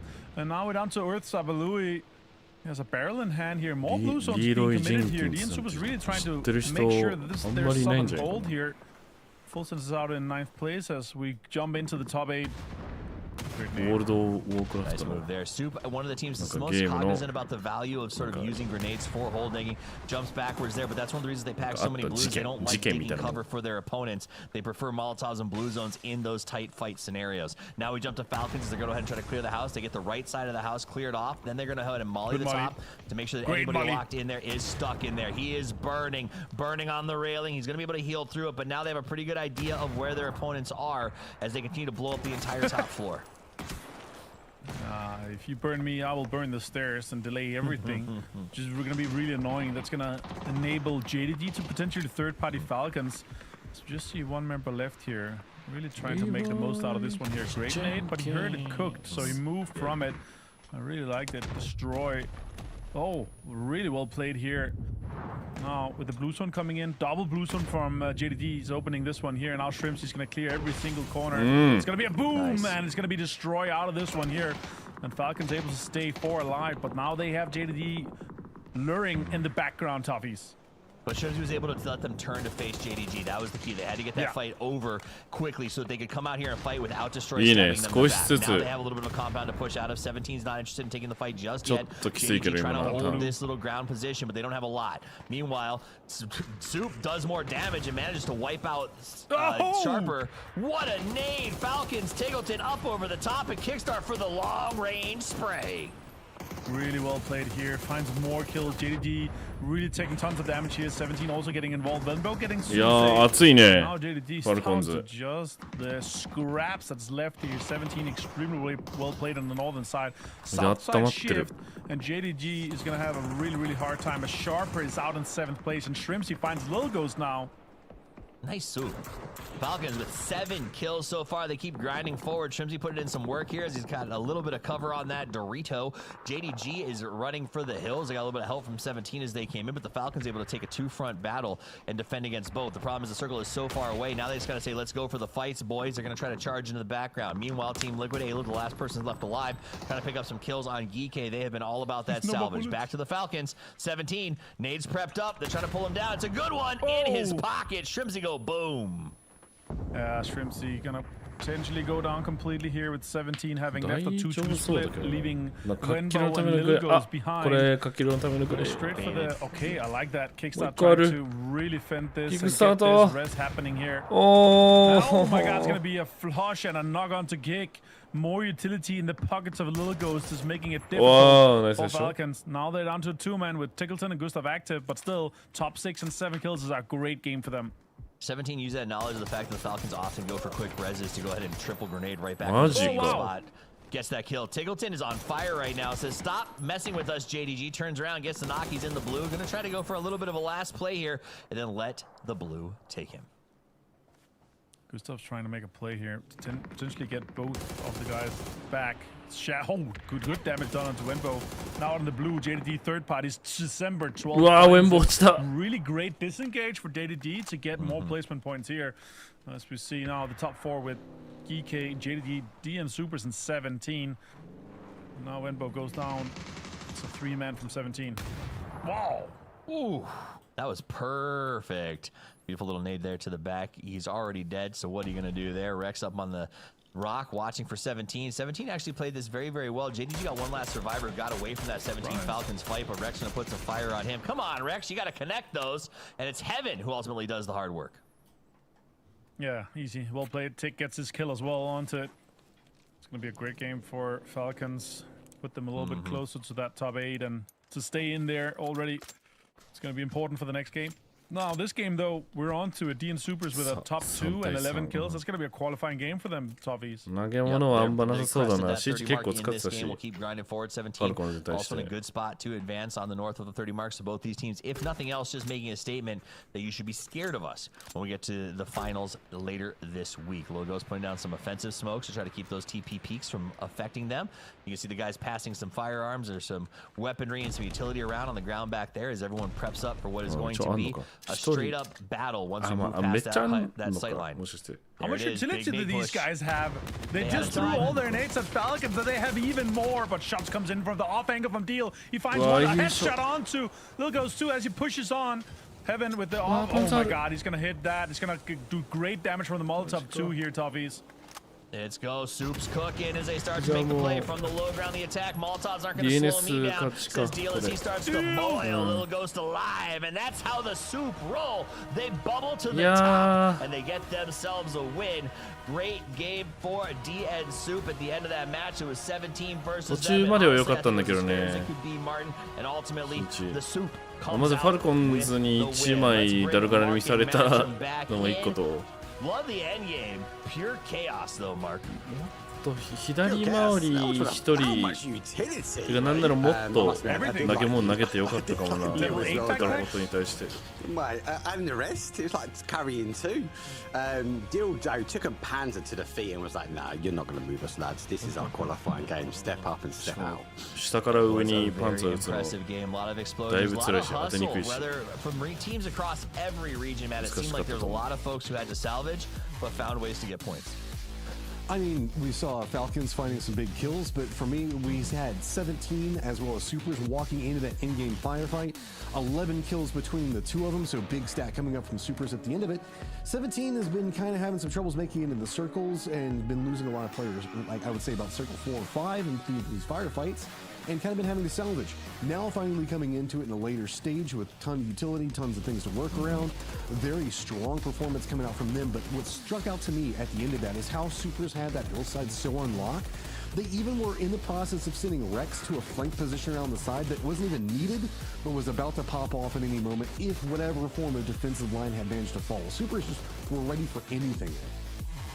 Nice move by Kiss as he crested the hill line. We saw great plays across the map from everybody. A lot of individual standouts in this particular game, but really what the story was coming down to who can get over that 30 mark. Now, this top of the hill, look how nice it is. Look how there's 4 cars and no holes, and that changed very fast, Martin. Yeah, I mean, this is a perfect setup for, 3 or 4 Molotovs all making those holes there. The only thing you're missing is if that third circle had a red zone in the middle, and you would have a perfect playing ground for everyone. But that amount of Molotovs and the triple kill from Dickerson really set Falcons up for success. The problem was, I don't think they expected a 2-2 split from 17, and them still having 6 grenades each or something like that. That was just insane. Really well played by 17 to be honest, with the control they have at the north and the pressure they're able to put on so many teams. I mean, the amount of gear they had spread around their car before that fight broke out. They brought everything with them.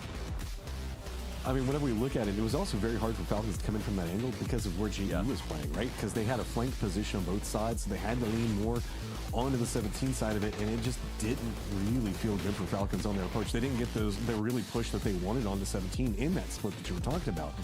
You have to give it to Supers, though. They were holding this position for so long. They didn't even really get to use the high side of the hill to peek what was going on over into the north. It was just a cluster of teams constantly pushing them from the south.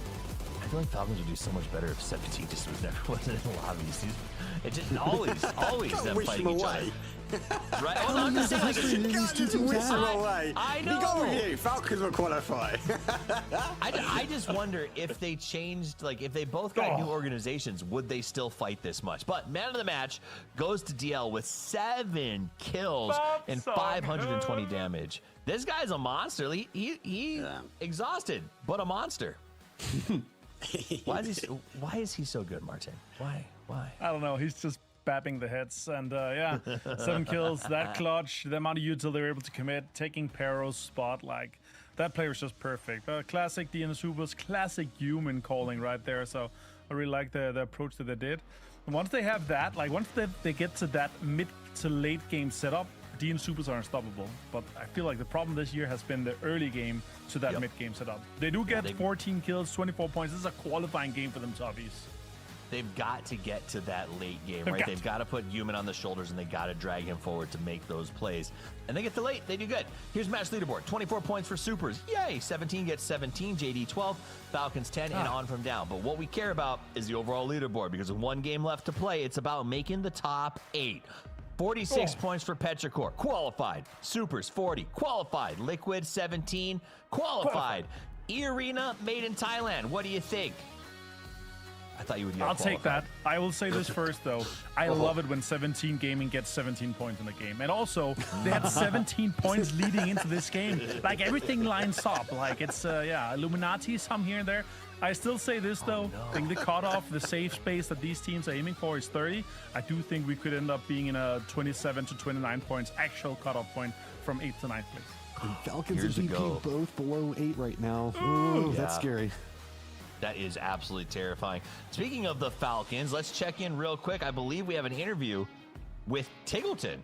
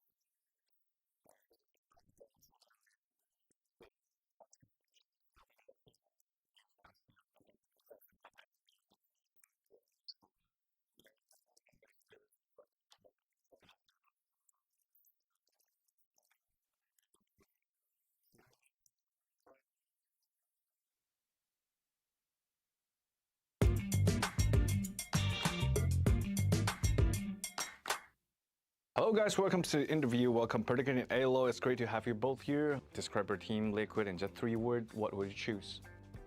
In 3 words, I would do we are a family. That's 4, but yeah. Right. We're a family. We are a family? Mm-hmm. All right, Vin Diesel. Well, Purdy and Curdy and I have been teammates since late 2018. So he's basically my wife at this point. Then Work wife. Luke has also been playing with us for a very long time. Mm-hmm. Around pretty much the same time. He did leave us, of course, which we did not forgive him for, but that was a short period. Then Cowboys are new iteration where we love having new family members, so Oh, it's like something this team has gotten better at since the beginning of the season? We are making grand finals, which is an improvement. In the past, we did struggle getting into grand finals, like at the beginning of the year. We have more consistently gotten into the grand finals so far, which is an improvement in my opinion. I don't think we work so well together right now. The potential's there, but I think some of our best qualities are a willingness to just admit mistakes and just being calm and family-like, you know. Who's the teammates that's most likely to make everyone laugh after a long day? Oh, I think it's me or Alo. Alo will come out of left field randomly sometimes and surprise you, and it'll just get everybody going. And then I'm a smart ass, so every once in a while I get a few laughs. Like if Team Liquid had a reality TV show, what do you think the title would be? The Professor and his students. Sure, we'll go with that. I got nothing else. So. He's nicknamed the Professor in the Korean scene. All the Koreans call him the Professor. That's why. Still, like looks like he's old. Like the tournament is still far from over. What's the big thing Team Liquid wants to improve going forward? There's a long list of improvements, I'm sure. Like every team, nobody's playing perfect, right? For us, it's just keeping 4 up and getting to the late game right now. Thank you both for joining us today. We have Professor and Perdicurdy and Alo here. Thanks for joining us. See you in the games. Bye. Bye. Fueled by the same passion as esports athletes, ZOWI continuously develops tailored products, empowering gamers to bring their best out. Today, we are launching the all-new XL2566X Plus, which uses the newly developed Fast TN panel and upgraded DIAC2 technology. The new monitor series continue to evolve, refining details to ensure players can perform their best consistently in games. Arctis Nova 7 Gen 2. The app called the biggest cheat code in the industry is here for PC and console. It's got real-time audio control to do crazy things. Okay. So use it and abuse it, you crazy person. It's the new gold standard.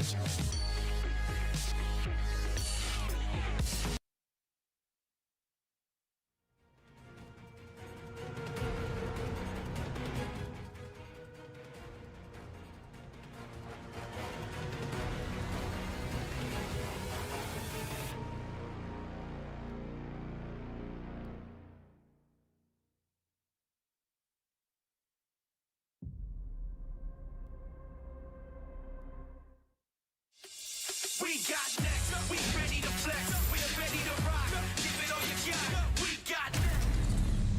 Y'all rockin' to the top, can't stop it, must be off your rocker, then you gon' stop her. We got next.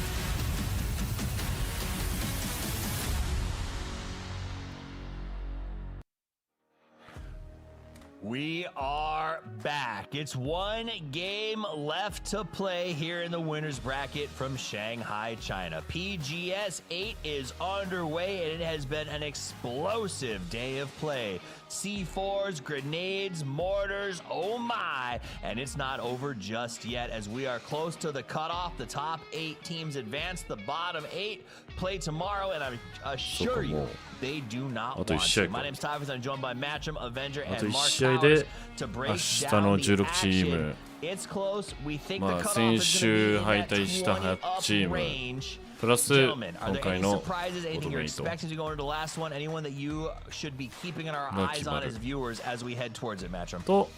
I mean, you gotta keep an eye on Halo and Finals right now. This guy's a beast and just doing Kurt so dirty, but again, I love. Okay, focus in on what we gotta look at. アドバンテージポイントを持つチームでどのぐらいアドバンテージポイントあるかっていうのが決まるね。All right, it's time to go. I was going to get your guys' opinions, but the players are ready, and who are we to delay the game? It's time to head back to the grassy pastures for the last time today. 8 teams advance.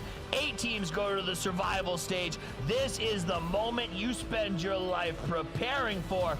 Matcham, Mark, let's do this thing. Aaron Gill to finish out the day. Top 8 go on. Also get some placement points moving into the final stage. A lot still to be had inside of this game. We'll see who can manage to fight their way into that top 8. Who may falter? Who's going to be playing tomorrow? So many different questions as we are going to have a plane path going over Severny and ending down near Primorsk. Yeah, not bad. North, down towards that southwest. Let's push towards that west side of the map. So the priority, mostly drops will be prios. There'll be a couple which are up there sort of get those vehicles and look for that migration. Final game, one opportunity. All eyes really for me is going to be on that VP and Falcons. Falcons playing so well at the moment, but unable to find a late game. The circle just giving them no love whatsoever. Well, that's also due to their jobs, right? Whenever you're going like Stalber and different stuff like that, you can't necessarily get mad that... No, true. Sorry, my brain shut off because just watching a UAS get launched into the air by wood sticks, you know, those types of things happen. But MiTH also going to be over there. Falcons... They play so clean until they don't. So that's kind of my takeaway from it is if everything can work out.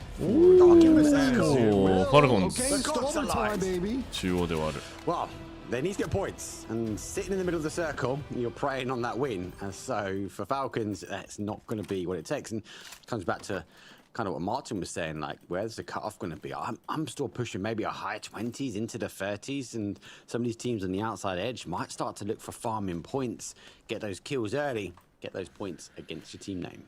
Well, Falcons VP sitting at 20, 21 respectively. Back behind, that's where we get the drop down with Nemesis full sense. So if we start trying to push in the upper ends of like that 20 area, that means that it's going to have to be everybody that's below presently like in that 9th, 11th, 12th place position, fighting the majority of the kills and points.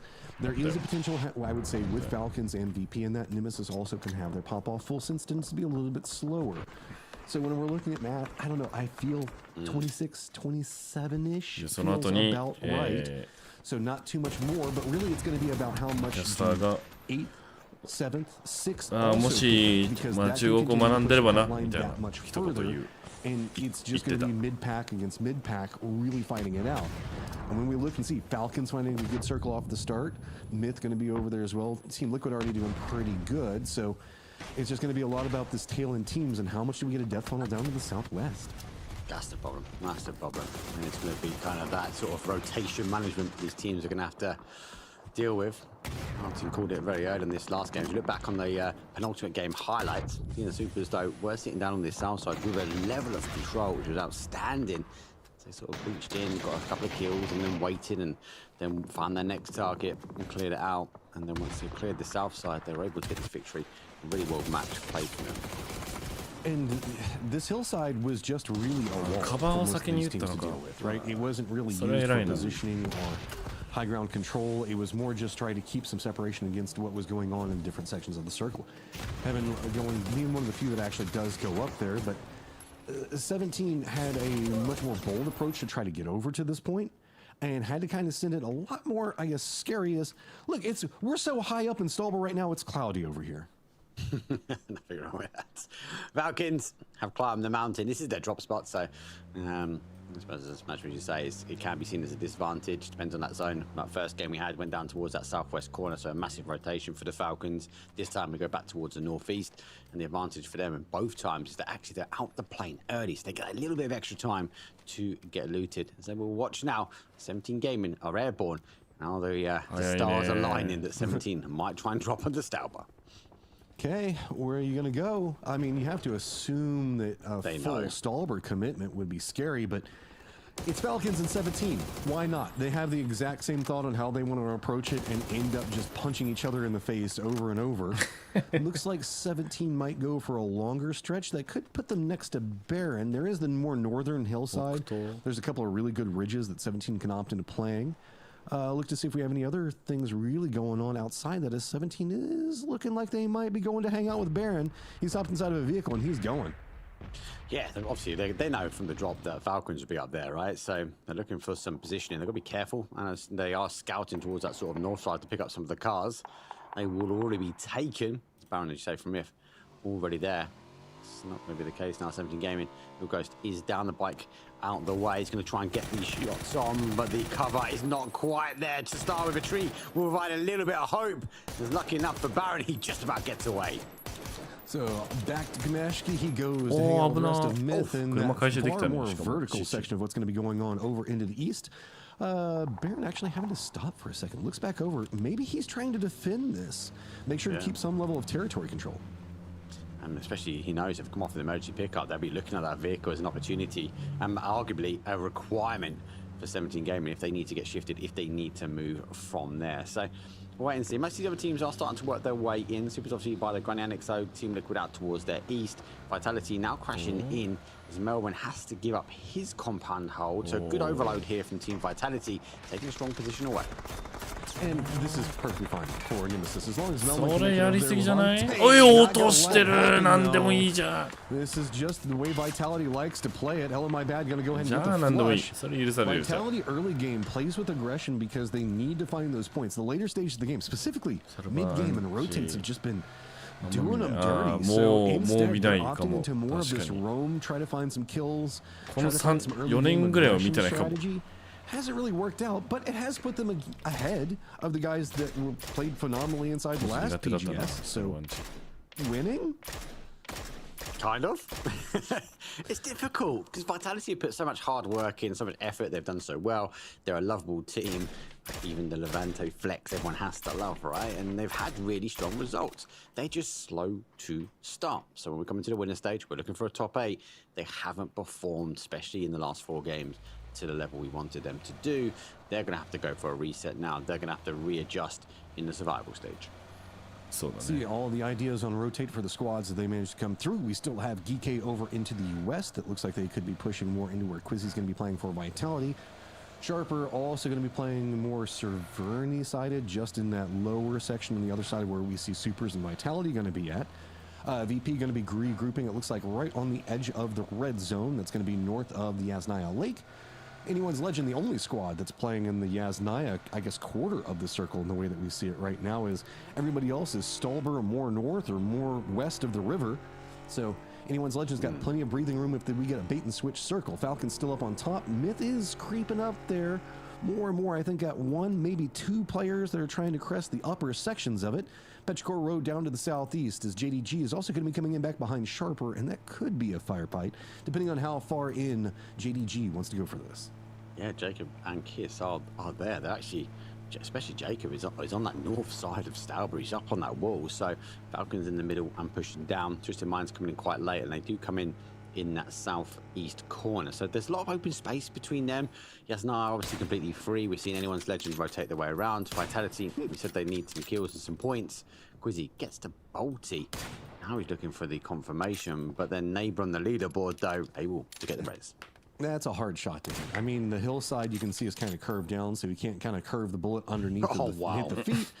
Circle pops and it goes back over to Yasnaya Lake. Great for Team Liquid on their regroup. Stolber situation looking like it's a bit scarier now as it is also going to be Falcons regrouping in front of Myth to north. Room 17 in their emergency pickup. They have to figure out how they're going to get into the circle, and they're going to have to deal with Vitality in their wide split.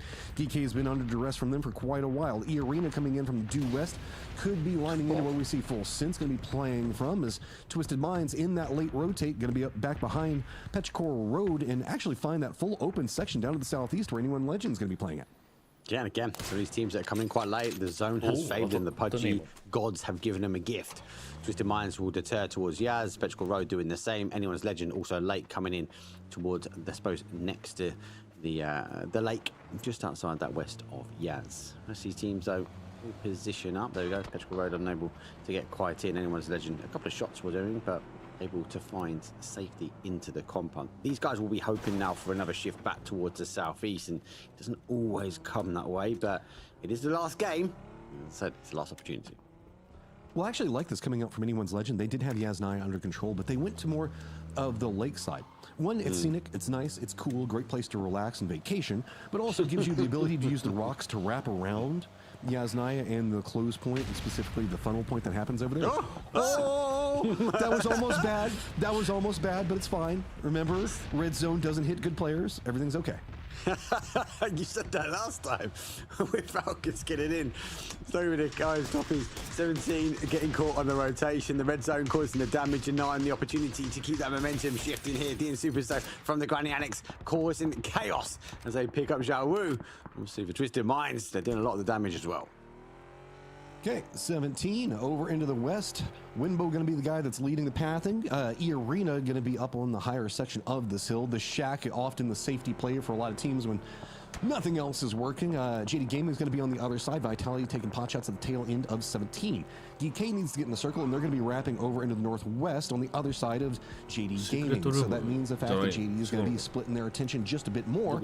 Allows 17 to have a lot more freedom in this rotate, but the more that they move into the center, they're going to find themselves with Sharper, Supers, as well as a VP, and a very wide 2-2 split to deal with. Remember, trying to lose the Observer at the moment. He knows he's on his tail. I think more so waiting for the team to tighten up. Unsure. It's very dangerous to red zones. If you don't keep track of them, especially on the rotation, you do get caught out. And for 17 Gaming, it's more like Tokyo Drift. いや本当に6年前のとか7年前とか All right, Falcons high ground control positioning pretty 競技シーン decent. レッドゾー Not the ン best 戻ります really positionings って言ったら around Nolan for the time 信じないだ being. ろう Kiss is な getting closer by the second. New circle about to pop. We lean into the lake even なわけない more. やん So Twisted Minds just crashing into the rocks. It feels okay for now, but they want some more out of it. VP is going to be trying to gatekeep them out. DK is just going to be roaming in from the north. Going to have Vitality back behind. And Nemesis is also going to have to try to mirror that. Falcon's going to have to move down from the hillsides with Myth on top of them. VP すっごい広がり方してる Road has to lead out of Yasnaya. Full Sims running that 2 across both sides of what's going to be going on with the river. Feeling okay, but it can cover each other a bit more for the time being. JDG going to be wrapping down to the south, as now VP is going to have a lot of squads funneling up on top of them. This is difficult. This is a difficult circle. 17 have pulled up. Well, that pillar. VP are entrenching themselves, but Geekhead not too far away. And as you mentioned, they are on a big split. I don't even think they can collapse that split at the moment. 17, you find that Shack range over the top. EJ rotates their way around back towards that sort of north side, scouting in for teams that are coming back their way. So find safety for now, but this position is out of zone. Yeah, this just feels like maybe to make sure to keep some type of corral on what's going on with Nemesis, but given the fact that the other players for GK are so close to VP, this might just be full damage control, realizing that maybe Vitality and Supers could have tried to gatekeep out. Falcons are a little bit slower on their rotate, so that's allowed Myth to move down into Yasnaya proper, so they're going to go ahead and get some distance away. Now Falcons have to figure out if they're going to deal with no lean and everything else that's going to be going on over here. DP on a spin down in their southern duo, seeing if they can take any shots into 17. It's going to be very close to Sharper, but remember there is this kind of break line. いやまあまあそれはでも言われても VP ああそうなんだって 17 な and るか Sharper も playing from, so the northern section of the circle gets some line of sight away from the more southern sections, unless you end up close to where JD Gaming is at, which is much higher up. さすがにレッドゾーンは so close to the edge of the zone, it's going to be hard to play. 意味をなさないイベントだと思ってるからその時の Looking at the end of the scope, nothing he can do. But the cries from Lucrux. ただ今は持ち系破壊が可能っていうことで意味はちゃんとあるっていうね down by the road, by the bridge, and I have seen some crazy zones where it actually plays back towards that south side. So we have to take into account the water. Have to take account into the change. As December 12th not just finds one, but finds 綺麗に3枚抜き as Petrichor tried to find something to play from in phase 3. I mean, respect where it's due, but on the other side of it, Petrichor Road had nowhere to go, and that was a great angle of defense, just held by December 12th. As I'm having flashbacks to Shroud and getting rid of the evidence, looking at this lake, there's a crate right in the middle of it, and it feels like there's everything is getting pulled that direction. Super is going to be running right up on top of Sharper. Sharper not living up to their name there, as the defense a little bit on the duller side. Love that they've left the safety of the compound. They've played down on towards this hillside south of their position. And now get the look. Falcons having to come off their side. And with the zone shift, it shifts heavy over towards that west side. And for a mass amounts of teams, like we're seeing Nemesis, Vitality activating as well. And Falcons looking to try and get into zone. そう擁護できる要素になっちゃったっていうのがね What do you do on defense? You're going to have to be turning around everything. Falcons, you're going to have to fight through the world. 覚えとかないといけないってことでしょレッドゾーンあここら辺にレッドゾーンあったじゃあ次ポジション狙えるとこあるかもしんない行ってみようってなるかもしんないからおーファルコンズでかいね Falcons have to deal with Team Liquid due south on top of them and Vitality a bit more into the west. Which angle do you focus on? His cart's right in the thick of you and Team Liquid are pulling them apart.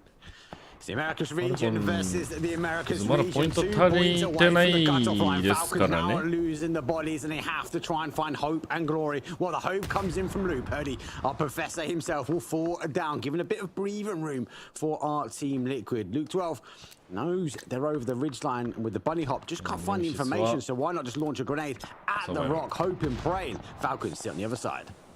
まあ、ギーケー、シャーパー、日本ズレジェンド、フルセンス全部、バイタリティもだね。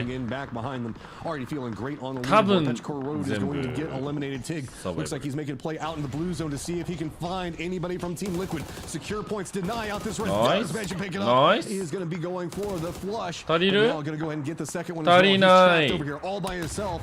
Just a couple of points, not even touching the 27 line. And can he get the meds off? Oh, just barely in time. Just in time, and Team Liquid go back towards the compound, but they are マジで down 足りない。 bodies もう and ちょ they're っと、 down もうちょっと、もう players. ちょっ It's a と。 Cowboy final player for them. It's a 3 versus 1 for Falcons, for Tickelton. He's a remaining player, but he's on the outside. He's also being held out by Team Vitality. Vitality having the opportunity to keep Falcons out of going through to the finals. Twisted looking up. Cowboy goes for the shots out of Perfectix. Gets a knock onto him. Lou, though, finally gets some retaliation. Slows down Twisted Minds just enough. Now Vitality hears that. Looks like they were trying to take a couple of pot shots. If Vitality gets distracted, maybe Tiggleton can find a way to sneak down this. But remember, it's pretty much open fields in front of him. Just a couple of trees that he's got to bounce between for cover. GK going to be gatekeeping as well as Supers over into the northeast. And anyone's legend still has to get into the circle. They've got Yasnaya Lake and River cutting them off. So they either go for a swim or they push the bridge, where Full Sense as well as VP are going to be holding them back. This is scary as yet again Twisteds make their way back to the rock croppings along the lake. Twisteds do rotate around towards that south side, but we've got 14 seconds before we see the next phase. I think it'd be worthwhile jumping into towards Twisted Comms because they've got to think and wait for this next rotation to come through. Ног добил. Хорош. Еще едет за зоной, Сенька. Выбил, метка, тройка. Хорош. Вижу еще там вышел. Меня сверху ебашит. Добил. У нас край, парни. Просто сейчас не наукаться. Сверху можете прикрыть? Я сейчас попытаюсь раскопаться. Не очень тут. Не очень прикрывать. Дай. Парни, я к вам бегу. Дверь откройте. Вон. Those shots were over at anyone's legend there, who were in a ton of trouble. Just High-Mass last one up. Looks like Vitality, has spotted out Tiggleton, so that will be Falcons playing through the survival stage. Yeah, unfortunate for the Falcons. They got obviously third party after third party, and actually for Team Vitality, they left the safety of their area. They didn't look for the zone. They looked to try and control that and get some more points. And as a consequence, Falcons will now fall. Good comms, obviously, from Team Liquid as they tried to work their way back, but again, they were also subject towards that sort of Twisted Minds hold. So good play from them. Bit of calm before the storm. It is phase at number 5. The zone did shift back down towards that south. We hold on to a beachfront of that luxurious getaway lake you said earlier. And lots of teams already set position and waiting for this shift. I mean, hello, my man. 4 kills in climbing right now has made Vitality, I don't want to say in it, but they're trying to get in it, man. They have GK in front of them. A couple of kills that they can get there. Supers on the other side. Twisted's going to be the ones gatekeeping them out. So, I mean, hard pass. Maybe. But there is a world where it could happen. NAVI is going to go right underneath of the vehicle. As John and Khan just playing for the lives right now. Hoping they can get something. That's going to ruin the dreams. Khan finds 2. バイタリティの夢、赤によって。 Ouch! That one went from feeling like there was potential to instantly being denied. It's so hard to see the foxholes. They left and they went north. They took the fight, as you said before. Now they're trying to farm the information from the south. GK in a position unknown, unheard of, and just completely denied the opportunity. Vitality also out and going to survival. Okay, GK. Now it's time to start your path into the circle. Sharper 明日もあさっては分からない。あさっては上がんないと見られない。だから上がってくれることを願う。Exactly on what we see going on one side with Sharper, but that's allowing GK to kind of pick him apart on the other side. And if GK can just find a way to sneak in closer to the Supers, really Sharper is putting in the work on the Supers, so that might even open up GK to find some angle on the Thunders.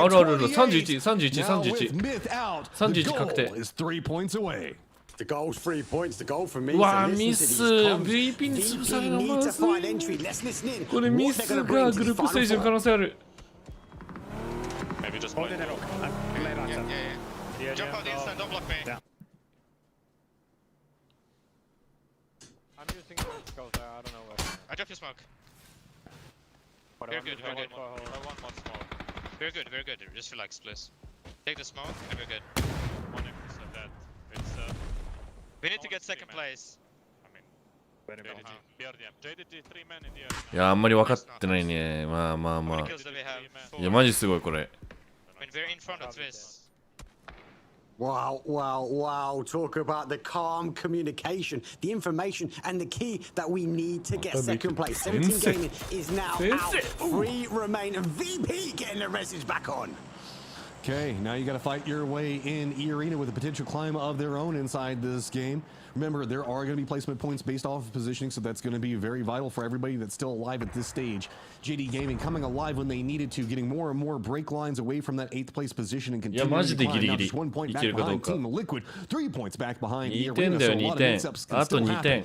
E-Arena's high ground finally gone, and they have to move into the lower section, get down and dirty with BRDM and JDG, as well as VP watching on the other side.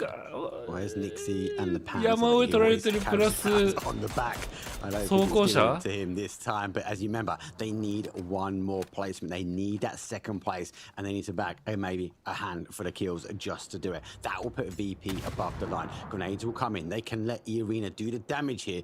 JD Gaming, though, will still hold BRDM, the mobile fortress. これ別に2位じゃなくても2キル取ればいいんじゃないの? The circle is VP would look for any form of cover right now. Beamy's not even inside the circle yet. He's the foremost man. You can see he doesn't even have a helmet.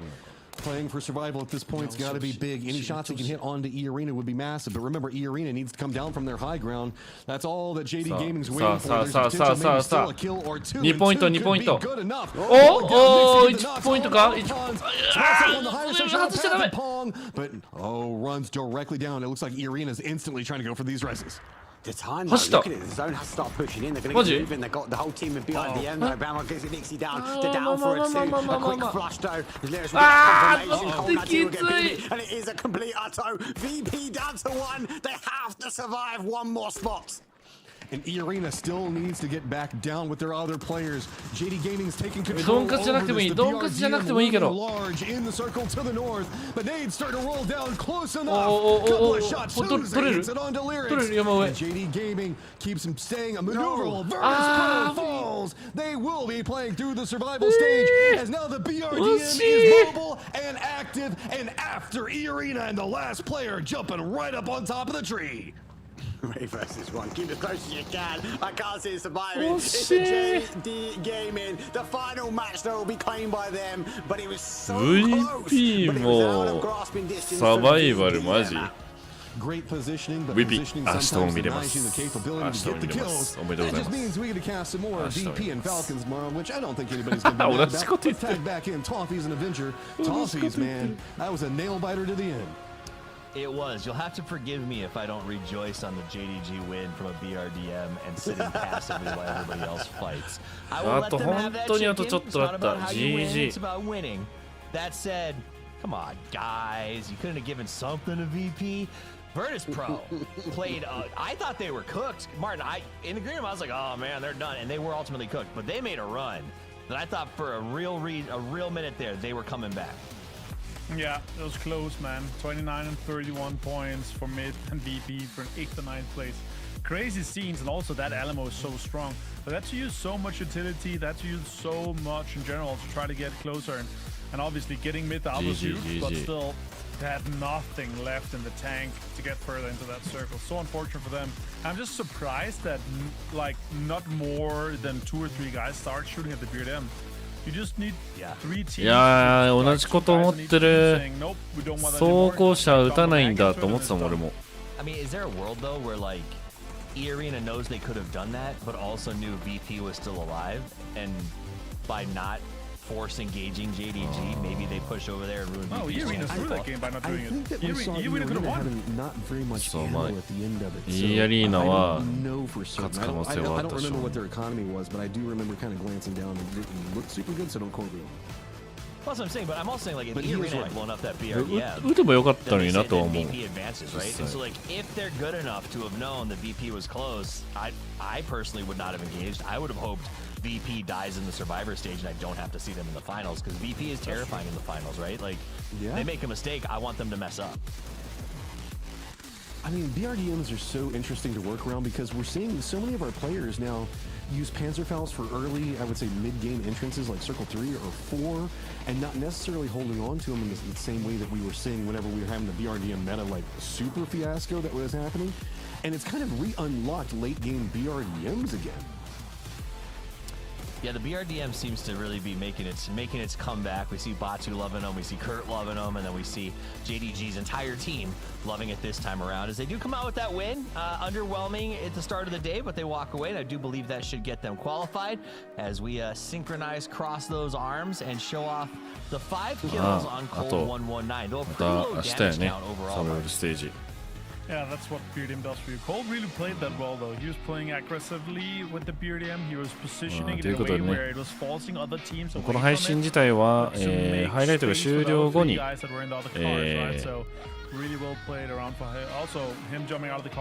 が終わる予定なので、 Well played, but yeah, 5 kills, 5 damage. That's really what BRDM does for you. I had an argument with Pretty Curdy, or not an argument. We're talking about it. よろしくお願いします。川原ジョンマイケルでした。 We're talking about it. I said my argument was in the majority of the game, 頑張って英語 I 学ぼ think み you んな could get top 4, top マジでおもろい 5 から almost 俺 every たちが time 喋 with ってること BRDM if you play it right. Yeah, I think Poro jokingly calls it the top 3 RDM because it's one of those. And it felt like JDG was using it in that capacity, Mark, to a certain extent. They kind of just drove in and parked there. We're like, well, if we die, we die, but we got top 3. Yeah, it's definitely really changed over the last couple of months, or maybe even, I suppose, near half a year now, where people are using it as more a defensive play. The scout, the ability to sit behind the ridge, and or arguably being a mobile fortress, gets you kind of that sort of late game if you use it right. And back to sort of Martin was just saying, like, if you just dump a couple of mags into it, then you get rid of it. But I think Toffees, you might be right, mate. Like, they wanted to see who was going to fight first, and for VP they didn't want to engage in that BRDM. They wanted that arena and JDD fight him to like a third party and maybe sneak into a spot that put him into qualification. So let's take a look at the overall leaderboard. Top 8 advanced. Made in Thailand is our last qualifying team at 31. Virtus Pro just falls short at 29. Falcons at 26. Defending world champions Full Sense also knocked out. So all of our big winners from the end of last year and this year are actually a little bit on the struggle bus right now over on that right side for those, big cash finals. And Made in Thailand, who also dominated during the first series of PGS, is just barely squeaking in, Martin. Yeah, a little bit of a surprise there for some of the big teams here. Yeah, good to see. Obviously, Cold 119 getting the 5 kills, but Scabby really made a lot of work here for MiTH and them, getting the placement and the kills. That was what got them into that 31 points plus.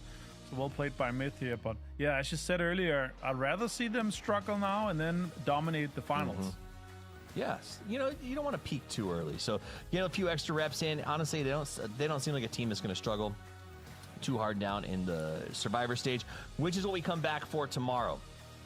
We do have our 8 teams that are passing forward. We're going to see a couple of these stats, but when we return tomorrow, Mark, it is all about the survival stage where the 8 bottom from this meet the 8 remaining teams from last week, and this is what it looks like.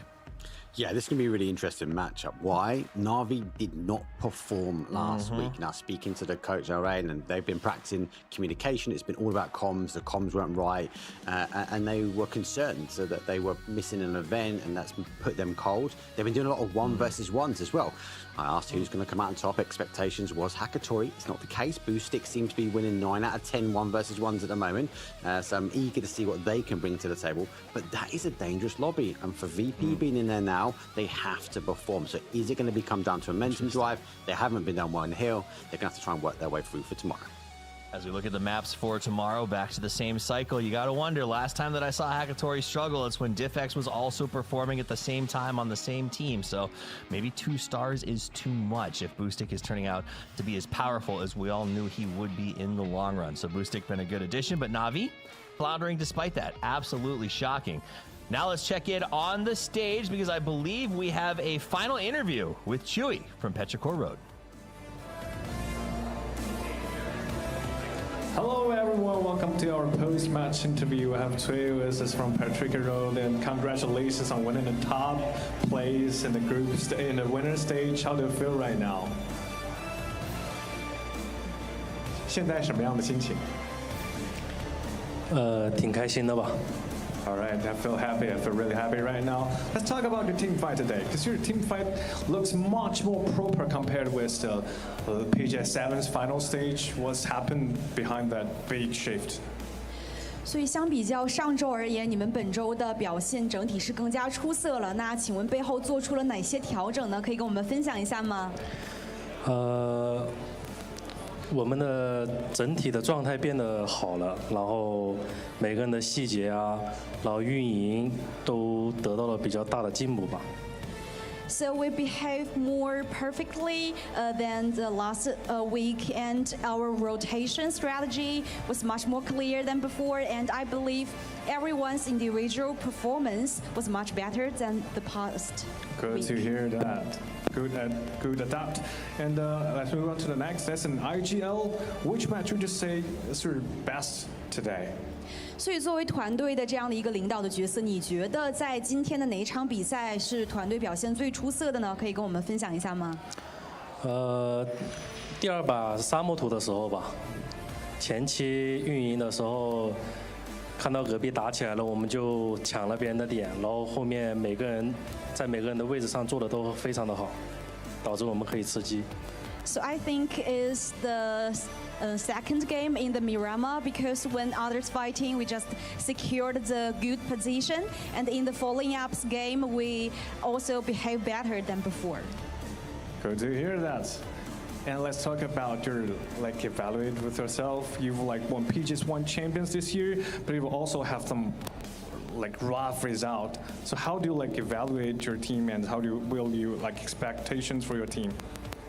在此前，你们已经获得了 PGS 的冠军，那当然也经历了一些比较艰难的时刻。那你作为团队的领导，对于整个队伍的这样的一个定位，或者说是你们的期待又是什么样的呢？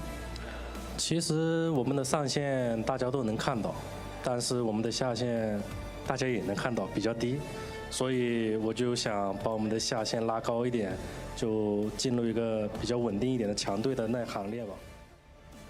So as for our high ceilings, I believe everyone has also seen it. But about our floor, I hope it could be higher than before, and we can act more perfectly in the future's game. Good to hear your motivation, and thanks for taking the interview. See you in the final stage. That's all for the interview. Bye.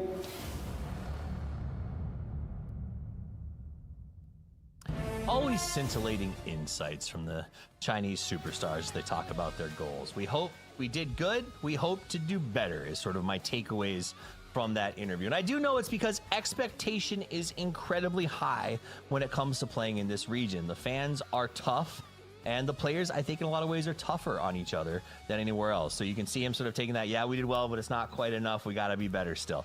Great day of games. Winner stage finished up. Tomorrow we go to the survival stage, where the 8 bottom here will take on those who were left over from last week, and the top 8 will go to the winners bracket. Now, this is that point where you need to set a record. You need to say, I deserve to be in the circuit final. That's where the big money is. That's where there's big PGS points on the line. You need to get there. So let's take a look back at today, because we're done. We finished everything we need to do, but I love final thoughts. So I'm going to start off with you, Mark. Give me your look back on today, or maybe your look forward to tomorrow. It's been explosive, lots of utility going through with 17 gaming going out. I'll be interested to see what team's going to kind of take that spot, because it is a stacked lobby tomorrow. Expectations for VP to go through. I wouldn't be too surprised to see some of these underdogs, maybe these new birds coming in, because NAVI has to come swinging back. Boy, I hope so. All right, Match, and final thoughts? Nobody's sandbagging on this one. I know that there's some jokes every once in a while, play more games or anything else like that. Whenever we're looking at best of fives, sometimes things just don't work out. We'll have to see if maybe these squads that were suffering a bit. We did see some pretty big signs of life from the Falcons MVP. I have decent expectations for them. But once we start throwing back in the chaos of everybody that's been sitting back for a week, watching, waiting, doing the math on every single game on how they can try to find another point, it could make things a little bit crazier. I hope it's crazy, because I love a good crazy survival stage. Avenger, final thoughts on the day. Yeah, I mean, there's some big names coming in tomorrow, but there's also big names going out from today from the bottom 8. So yeah, I guess the question is it a choice of saying, okay, we just want more free practice before we take our slot? Because surely VP and Falcons, they go into that top 8 tomorrow. But there's big names coming in, and can NAVI strike back? They've been watching, you know, for almost a week now. Surely they come in swinging tomorrow. The premise that VP would choose to do this for more reps is 100% pure grade A cope from Martin right there, and I respect it. I respect it. That said, though, it's going to be a great day tomorrow. We got big teams in the survival stage and only 8 spots to get out and only 5 games to make the statement that not only do you deserve to be in the final, but to set yourself up for the big finale of the circuit here at PGS 9 when the time comes next weekend. This is what is most important. This is what the players train for. You cannot be in the bottom 8 tomorrow, and you cannot forget to be here. Same time, same place, same 4 talking heads. I hope you guys are here as well. On behalf of myself, Matchroom, Avenger, Mark Powers, all of the players, our production team, and Crafton, thank you for spending your day with us. And until we see you tomorrow, play more PUBG.